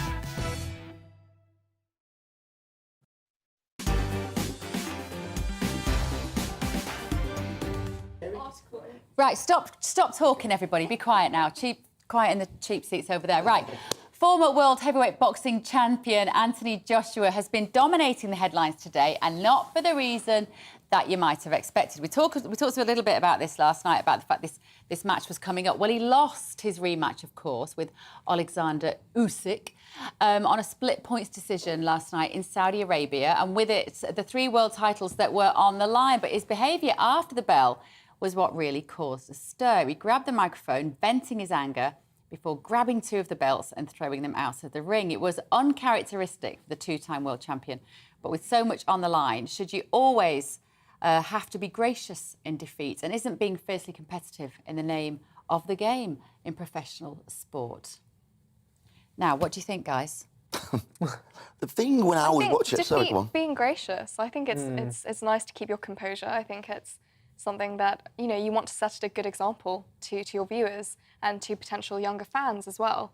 You know, so when they look up and see their favourite boxer throwing a stroppy, that's not going to be very good. David's frowning here. Doesn't it come with the territory? You can't be one of the best in the world and take defeat well, can you? I think it's a soft touch. People love theatrics. Go to WWE, it's television. People want to see a bit of roughness, a bit of readiness, you know what I mean? So if he just shakes his hand, yeah, it's nice and it's humbleness. But to be honest, let's be honest, guys, everyone likes to see a bit of trouble. Some theatrics thrown in. It makes a bit of conversation on Monday. Guess what he did? Guess what this happened? Yeah. Makes better TV. Yeah, but what I was so confused at, which got me, and I don't have any personal problems with AJ, I don't know him, but he seems a man that speaks from the system, and I say that is because a couple of months prior, it was all about BLM, throwing his fist, everything like that. Great, no problem. Yeah. And then today, and I was watching it, he's parading around with a Ukrainian flag on his back, even so sickly that Usk had to take it off his back. Like, what are you doing? Do you know that that country's military is drenched with neo-Nazism? So, where's the hypocrisy in it? I don't think he knows what he's doing because he's a puppet.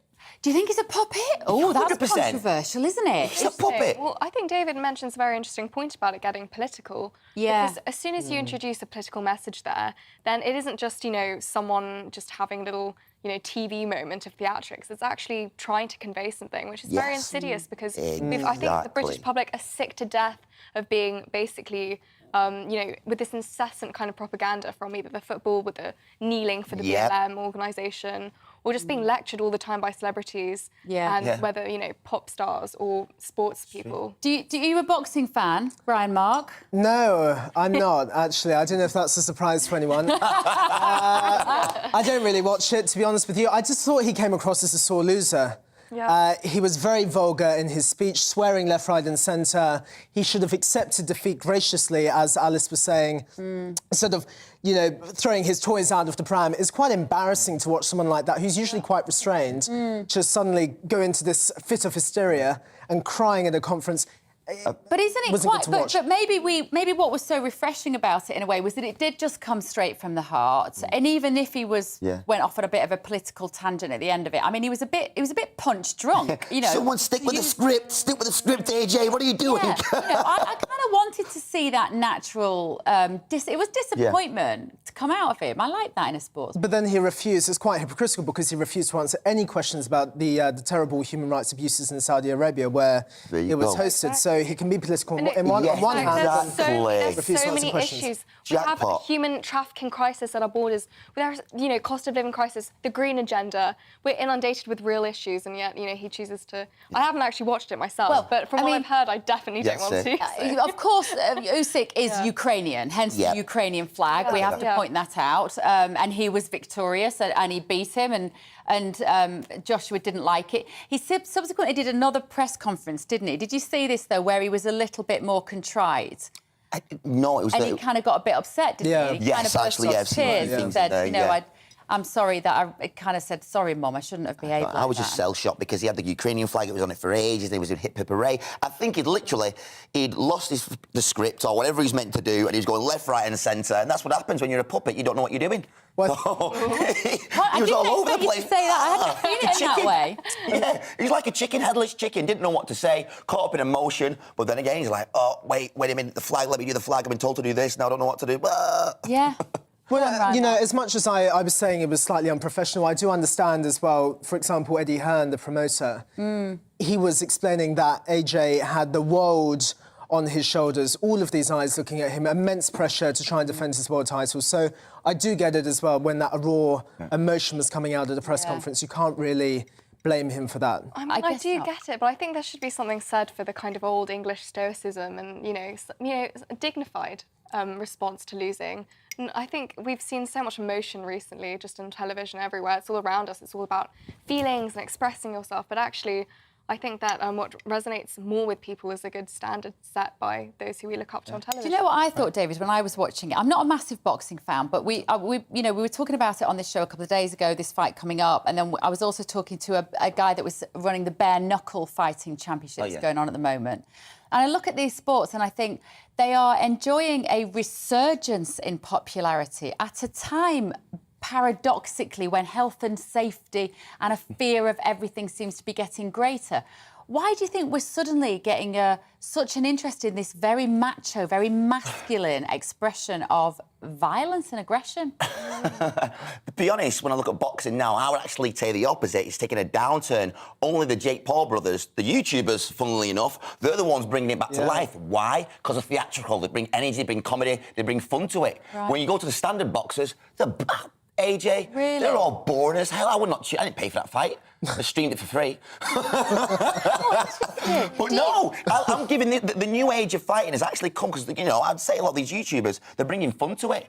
But and it's a crying shame. Isn't there something, Alice, about a kind of masculinity that is being sought out, like the real men, perhaps in opposition to a lot of the sort of emasculation of men that we've seen recently? No, that's true. There's been a massive emasculation of men, I think, recently. Yeah. But I don't think boxing is the right way to go. I think it promotes something violent and aggressive and animalistic, when I instead think that, you know, masculinity should be about being protective, being responsible, being, you know, well, more traditional version of masculinity, not just like they get in a ring and like beat your opponent to death. Are you that more traditional version of masculinity, Ryan? I don't know. What do you think? What do you think? I don't know you well enough. The night is young. Yeah, well, that's true.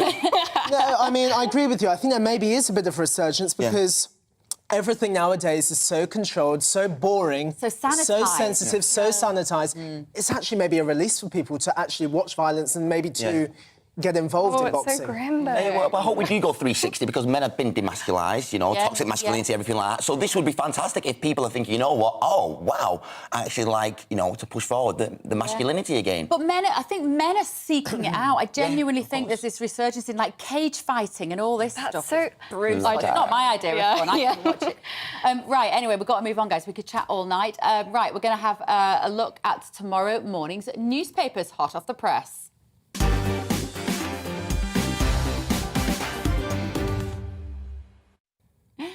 So, we don't have any newspapers here. I'd love to show you them. But we don't have any. Right, we're going to, first of all, here we go. The Independent. Right, there we are. Independent. Pollution targets missed by every water company. This is not a surprise, is it? We've seen these dreadful, dreadful images in our papers for the last few weeks of the sea getting pumped with sewage. The papers are in. Let me hand them out to my guests for this evening. And on the top of the Independent there, what you're looking at, that is a picture of this young woman who was killed. The newspapers are calling her the daughter of Putin's ally. The device that killed Daria Dugina, she's 29, was intended for her father, Alexander, and he is said to be the president's spiritual advisor. Ukraine have denied, actually, getting involved with that bomb that killed that person in Russia. Right, we are now looking at the I newspaper. They are leading for tomorrow morning. Cost of living debt crisis fears over energy bills. More than 1.7 million households are considering or have already cancelled direct debits to energy suppliers this autumn, when bills are expected to skyrocket to £3,500. I am one of them. I cancelled my direct debit. I want to pay it as and when I feel necessary and when I want to. Metro, this is a really sad story. Tyson's fury at cousin's killing. So this is world heavyweight boxing champion Tyson Fury. He's called for a crackdown on knife crime. His cousin was stabbed to death yesterday. His cousin Rico Burton, he was stabbed in the neck in Altrincham in Greater Manchester. That's David's hometown. I'm going to talk about that in just a moment. Daily Telegraph, another picture there. Of this young lady who's died in this bombing, Daria Dugina. NHS 111 patients on hold 20 times too long, according to the Daily Telegraph. Every single day seems to come along with another depressing story about the state of the NHS just not being fit for purpose. Right, we are looking at the FT. This says top Russian diplomat dismisses the chances of Ukraine peace deal. It feels like the Ukraine-Russia conflict comes in and out of the headlines, doesn't it, at the moment? Some days it's more prominent than others. Moving on to the Daily Star. After the summer we've had, this is all we need Drunk German wasps kick off. Leery German wasps, drunk on fermented fruit, are the sting in the tail of a really trying summer for fed-up Brits. Yet again, Daily Star just coming up with something utterly bizarre on the front page of the paper. And we've also got the Daily Mail, who's got Jennifer Lopez and Ben Affleck on the front cover, just looking so perfect. Also telling us about a new blood test which could stop 1 in 10 cancer deaths. Right, guys, which one should we come to first? Let's have a chat about this pollution story. Oh, I don't know whether you saw the pictures. This is from The Independent. Obviously, we had this period of very, very dry weather. We have these droughts. And then within 5 minutes, we've got floods. And the floods are so bad that all of our sewers start to run out and the overflow into the beaches. It's not good enough, David, is it? Why does it seem like these water companies are just not satisfactorily providing any sort of service? Well, since I was young, how many... The same villages, year in, year out, always getting flooded. Yeah. I don't understand. Surely you build some sort of barricade. You know what's coming. You know what's coming. It's the same year, and you always have the same problems. Nothing's ever changing. So something needs to change at the top. Either fire some people, get someone in, I don't know. But nothing's ever changing. There's always a problem. Every summer, every winter, something happens. Come on, fix it up. Absolutely. Alice, if we haven't got fresh water and we haven't got clean rivers and seas, we've got nothing. It's a pretty low bar of expectation, isn't it? Yeah, I mean, I'm not really sure what to say, obviously, that the company should be trying harder, but I do think there are certain areas in England which are just prone to flooding every year. In Norfolk and Walsingham, floods every year, the fields there, and there's not really much you can do about it. It's just a very natural occurrence. So, I mean, obviously, the locals there try to mitigate circumstances themselves, but I think some things can't be helped. So. Yeah. It looks like these wastewater companies in England and Wales are going to be fined. The 11 largest companies monitored by water regulator Ofwat are together facing tens of millions of pounds in financial penalties for last year's failings. This is before we've even got onto this year's failings, this article. The industry faces intense scrutiny at a time of widespread doubts and concerns over sea pollution. Is fining them the solution, though, do you think? Well, I don't know, because it seems to be happening repeatedly and nothing's ever changing. And going back to what David was saying, it seems to be a lack of preparation that's really the cause of this every single year. And we had the hottest day of the year ever in recorded history, 40 degrees. And, of course, that dries the land, and it just leads to major problems when it comes to flooding and other issues. So I think these companies just need to forecast what's happening with the climate and then prepare and maybe not get penalised for it. Yeah. It just really feels like one of these stories that we've just not been aware of how poor our water services are in this country until this year, and suddenly they seem to be in a state of just, again, not fit for purpose. Why do I keep having to use that phrase all the time about so many things in our life which are important? Come on, raise your game, Prime Minister, whoever you were going to be. Moving on to now. Let's go on to this Daily Mail. The new blood test could stop 1 in 10 cancer deaths. Holy Grail. Trialled by the NHS could save thousands of lives a year. Has any of you been able to get your head around this story yet? We've only had it for 5 seconds. David? New blood test could stop 1 in 10 cancer deaths. Is that suspicious? Yeah, is that just the charities or the NHS looking like they're doing something? Oh yeah, we're actually making some difference now or something. I'm not too sure. There's always some wonder drug that comes out that doesn't and never really works or does anything. It's just a bit of a propaganda. Oh, we've got this, we've got that. False hope. False hope. Yeah, I've reached peak cynicism when it comes to any sort of story now that's going to service the pharmaceutical industry, I'm afraid. And this looks like it could be another one of those. With the NHS, let me just come to you, Ryan, Mark, about the NHS and the state that it's in.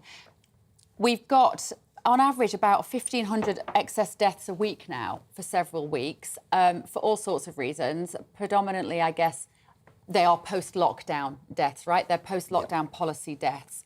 And these sorts of stories are a distraction, aren't they, from what we should really be demanding from the NHS? No, absolutely. And, you know, this hyperbole, holy grail, like you said, I think it's just a major distraction from the actual problems that are occurring within the NHS. My best friend, Sebastian, is a doctor, and he's just graduated from university. He's a junior doctor, he's in training, and he tells me every single week the struggles at his hospital. They are pulling their hair out. There's a lack of staff. The wards are in chaos.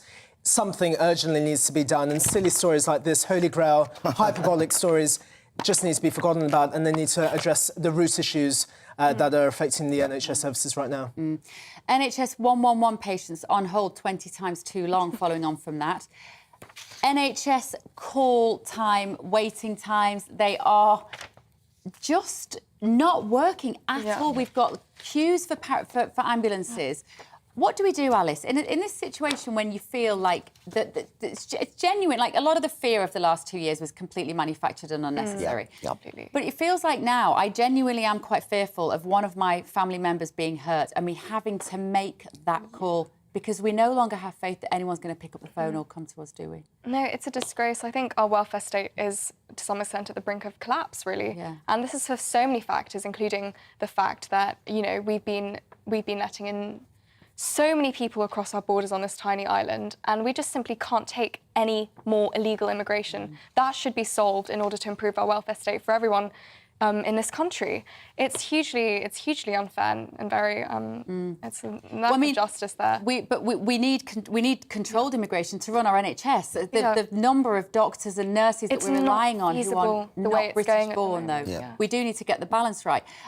David, I'm not going to ask you whether you've had to use NHS recently, because then it gets a bit personal. No, but I like anecdotal stories when it comes to... I have, I'll be honest. So I've got a young daughter, and I tried to register 6 months ago with the local GP. Before the pandemic, I could call them up non-stop, do you know what I mean? I'd get certain medicals for certain jobs and whatnot. It was easy to contact the GP. You could call them up, get in touch. After that, 6 months, I'm not able to contact them whatsoever. You have to go in and buzz the door. You can't go in there. So after the pandemic, it is impossible. I've tried my best. It's hard. So that's first hand. You know what I mean? Well, but you see, I've had an incident recently when I had to access the NHS with one of my kids, and in the end, I literally gave up. I gave up, and I managed to find a private doctor nearby, and for 60 quid, I got in to see it. Now, I don't want to live in that country. Can we just? I feel like we need to make a decision. Are we a country with an NHS, or are we not anymore? I just don't know. I don't understand what happened after the pandemic to the NHS. Have they got rid of loads of staff, or what has happened? I don't understand why. Save the NHS. But 1 minute we were clapping for the key workers, the next they were being fired if they didn't take the vaccine. Well, that's what maybe. I mean, the lies and the propaganda are insane, and the fact the mismanagement of funds. And I think it's all because it was nothing but COVID mattered, right? That's why we've got the waiting list. And now you've got this backlog of patients. The money backlog, of course. Because everybody that wasn't a COVID patient got told to stay at home because whatever they had was irrelevant, whether it was terminal cancer or whatever. Altrincham, your hometown. Yes. So this is a sad story, isn't it? Tyson's fury at cousin's killing. So his cousin's been stabbed to death. I don't think of Altrincham as being a particular... It's an affluent area. It's very nice. I was driving through this morning over some breakfast, and there was police from different angles. I thought, oh, is this a little festival going on? Never for one moment, seriously, never for one moment it'd be a stabbing, because it's a nice little pub area. And then the mate called me and said, oh, Tyson Fury's cousin's been stabbed. 2 people stabbed in the neck. It's just senseless, mindless...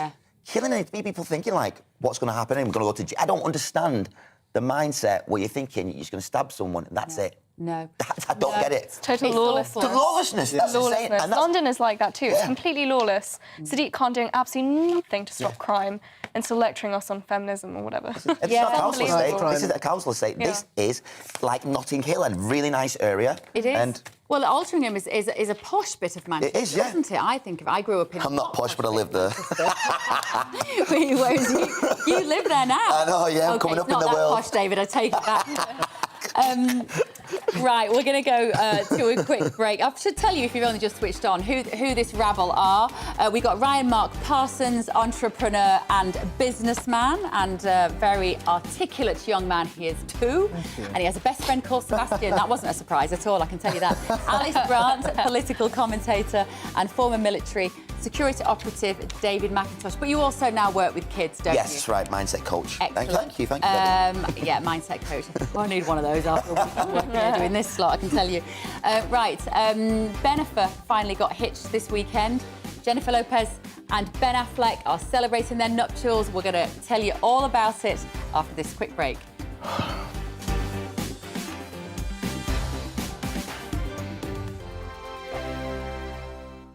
Join my show Farage, 7 p.m. till 8 p.m. Monday through Thursday. And there you will get opinion, analysis, debate, and I'll cover stories that nobody else dares to touch.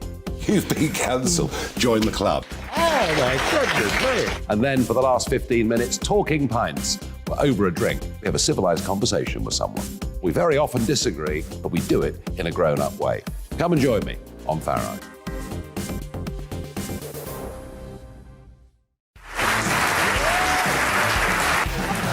My name is Andrew Doyle. Join me every Sunday evening at 7 p.m. for Free Speech Nation. This is a show where we address current affairs and news stories of the week with the help of two wonderful comedian panellists. I brought in comics because I want to give it a lighter edge, and also they work for less. See you there.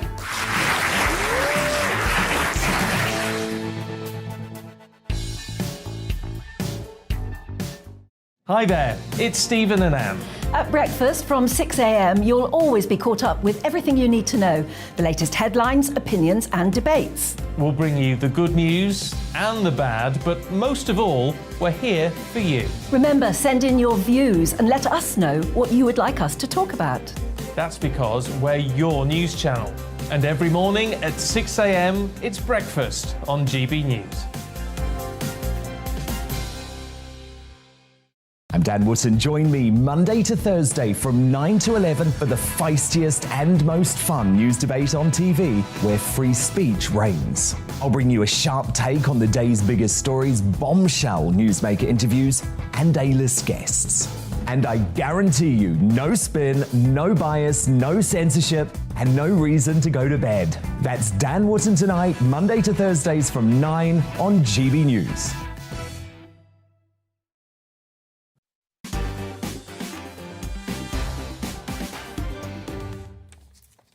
Good evening. You're watching and listening to Bev Turner sitting here instead of Mark Dolan. Tonight, the newspapers are hot off the press. We do the press review before anyone, so well done for sticking with us. We're going now to the Express. This is a new one that we've just seen now. The headline of this makes my blood boil. Gets paid to turn off your washing machine. Householders could be paid to avoid washing clothes during early evenings in a bid to cut the risk of winter blackouts. The move could also help reduce the soaring energy bills, apparently by hundreds of pounds. This is very much teeing us up, I think, for a kind of a social credit system, maybe a sort of behavioural world in which we live. Am I right, David? But this is just nonsense. How is this front page news? It's embarrassing for a supposedly first world country. It's an embarrassment, this kind of headline. I mean, I'm sorry, but again, they always turn to the consumer and blame us. It's us, the people, who have to suffer for the decisions of mega-rich corporations, of government elites who just want to continue living their lifestyle, flying on private jets, using their washing machine all day long, while we're the ones who have to suffer and have dirty clothes for a week. That's so right, and like how we're meant to be an advanced country, and then yet this is the front page of a national newspaper. It's ridiculous. Just to look at the detail of this, so basically officials have applied to the regulator Ofgem for permission to introduce the scheme by late October. It's only a few weeks away, amid fears that high autumn usage could overstretch the network. A National Grid spokesman said, "We are developing a new service that will be available for consumers to benefit from across this winter, and we'll be announcing further information soon." Now, I'm going to play devil's advocate just for a minute. Maybe we have to use less energy. Maybe we have to use our washing machines at a time when not everybody else is using them. I mean, I'm trying to play devil's advocate, but you can tell my heart's not in it, Beverly, what you said at the beginning was so true. Like, the point about this is that it's setting us up for a more communist-style regime. And that is so much more dangerous than anything, you know, planet-wise, that Britain could cause our Earth. You see, people won't know what you mean by that. There'll be people watching go, oh, what's she talking about? They're only saying you should put your wash on, do your whites at a different time of the day. How is that turning us into a communist state? Explain it, Alice. It's about the social engineering, really, that this creates, like we saw in the pandemic.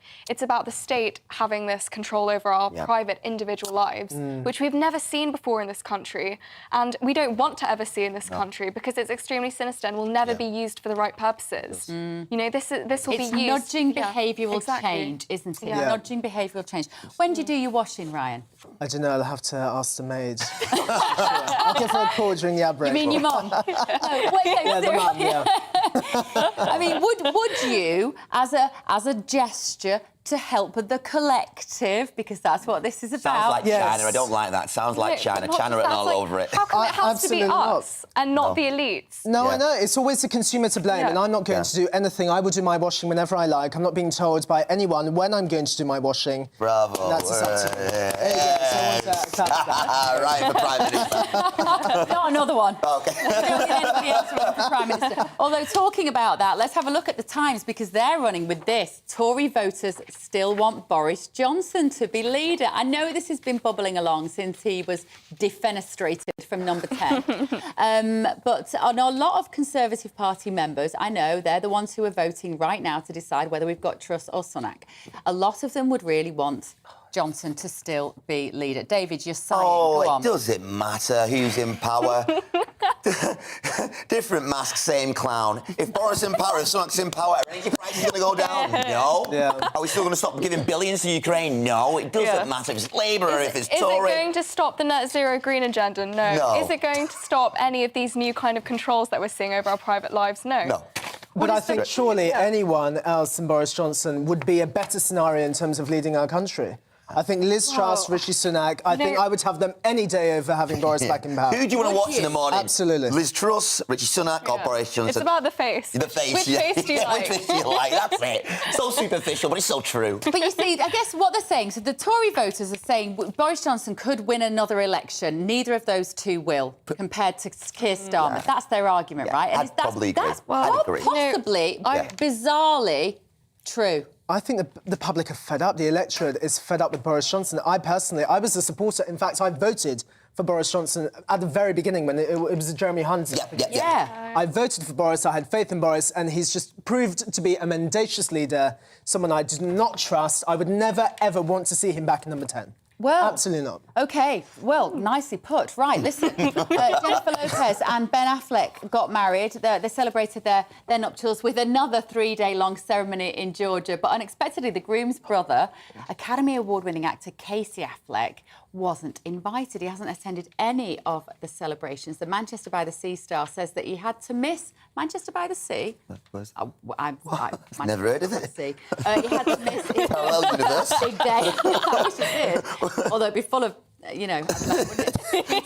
obligations. So very odd. So it begs the question, who should you invite to your wedding? Now, listen, guys, I know that in COVID, everybody used... Alice is covering up her face. I feel like you might have a story here, Alice.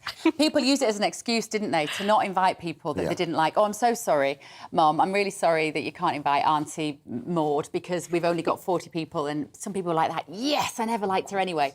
Alice, what's the etiquette now? To be honest, I haven't really thought about it. It's a bit far off from me, but I don't know. I think it's charitable to invite, everybody. Do you think you should invite as many people as you can afford? Practicality wins all the time. So. Practicality. Go on, Rama. Yeah, I think it's about being practical, pragmatic, blah, blah, blah. But listen, I don't want anyone at my wedding. I want it to be private. I want the Seychelles. I just want a lovely island to myself, and that's it. I'd have someone to witness it, obviously, but that is all I want. I don't want family there. Well, I don't want them to suffer, because when I go to weddings, I find that they're so boring. I can't bear sitting through a wedding. It's very lovey-dovey, it's very romantic, but actually to watch the ceremony, goodness me, it's yawn-inducing. Oh, free booze. David, are you married? No. Have you ever been married? No, never been married, no. Have you not? No. Oh, you put a pitch out. No. But if I was... Yeah, do you like a wedding? No, just like Ryan said, it'd be away somewhere with whoever can afford it. I'm not paying for you. If you can afford it, you can come there. These grand weddings, 40, 50, 60 people, do you know what I mean? No one likes it. They come there because they feel forced to come there anyway. Do you know what I mean? To listen to the drivel that's going on. So they come there, but no one's thankful for it anyway. So if you want to come, I'm doing it abroad. If you want to come, then the people who come there, they'll enjoy it and they'll want to come because they paid for it. Wow. That was very honestly, romance is dead, isn't it? If I was your mum, I'd be like... Sorry, it's true. OK, right. This story caught our eye, and I don't know whether you've seen, but we have an array of snacks here, because the question is, do you like to snack and graze? And can you not help but reach for that extra biscuit? Because a new study has shown that mind mindful eating could be the new healthy trend to help you curb your snacking habits. So the experiment showed that those who were asked to write about their last meal, including its ingredients, ate less biscuits than those that didn't. But it begs the question, are Brits mindless eaters? Now, we've all been there, guys, haven't we? You know, often when you're watching the telly, there'll be lots of people sat there now in their dressing gowns. I normally watch Mark Dolan sat here in my dressing gown and I'll be having a little snack of something. We eat so many calories when we're not thinking about it, don't we, David? Yeah. Well, I think people eating because they're bored. Let's be honest. I'm telling you, if you're snacking and stuff, it's literal boredom. You know that story when you walk to the fridge, look what's in, you come back, there's nothing there, you think someone's going to magically appear in it, you'll go back there. So it's a lot of boredom. People just snacking and stuff because you've got nothing to do. Right, OK. We've got some snacks for you to try. Have some of this. And you're a body beautiful, aren't you, David? You probably I don't know if I should take this. Go on, have a little biscuit. Oh, gracias. What do you think it is? Thank you so much.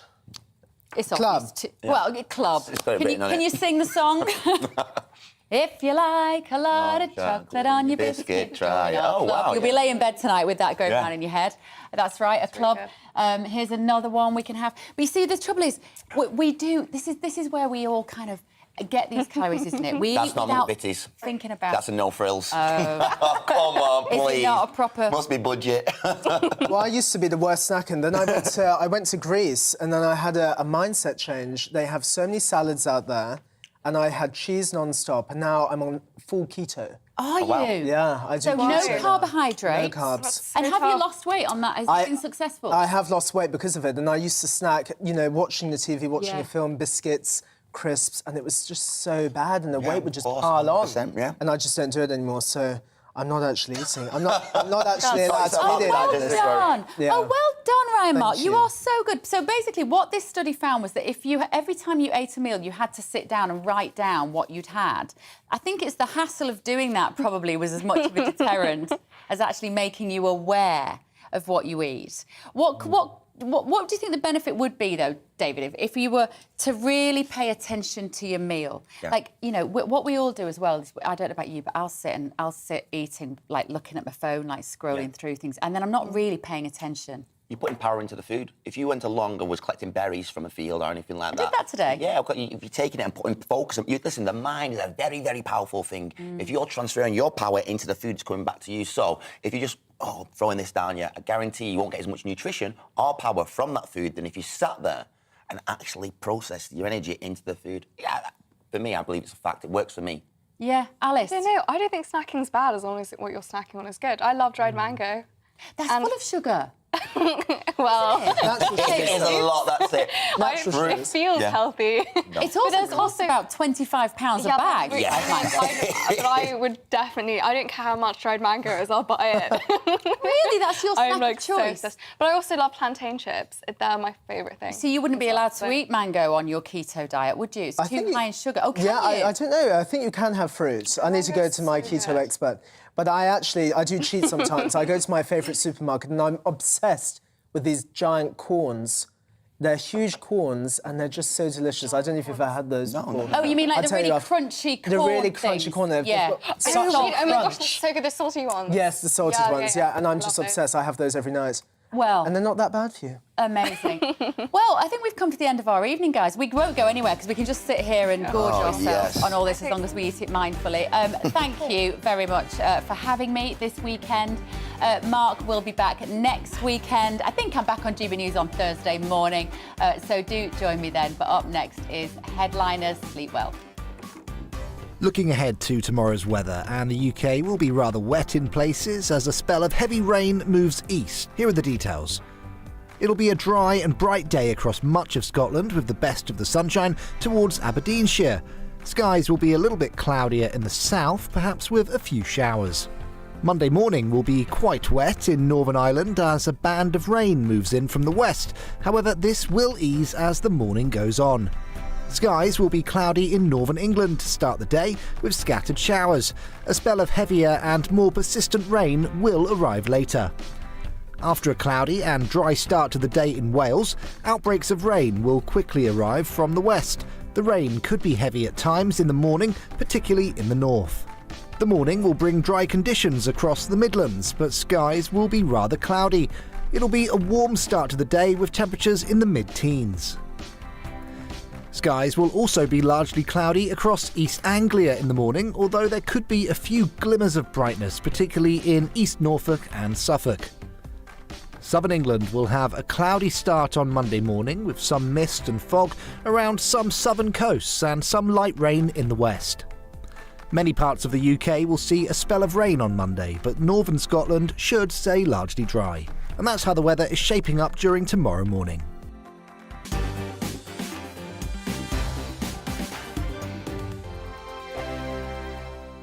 Join my show Farage, 7 p.m. till 8 p.m. Monday through Thursday, and there you will get opinion, analysis, debate, and I'll cover stories that nobody else dares to touch. You've been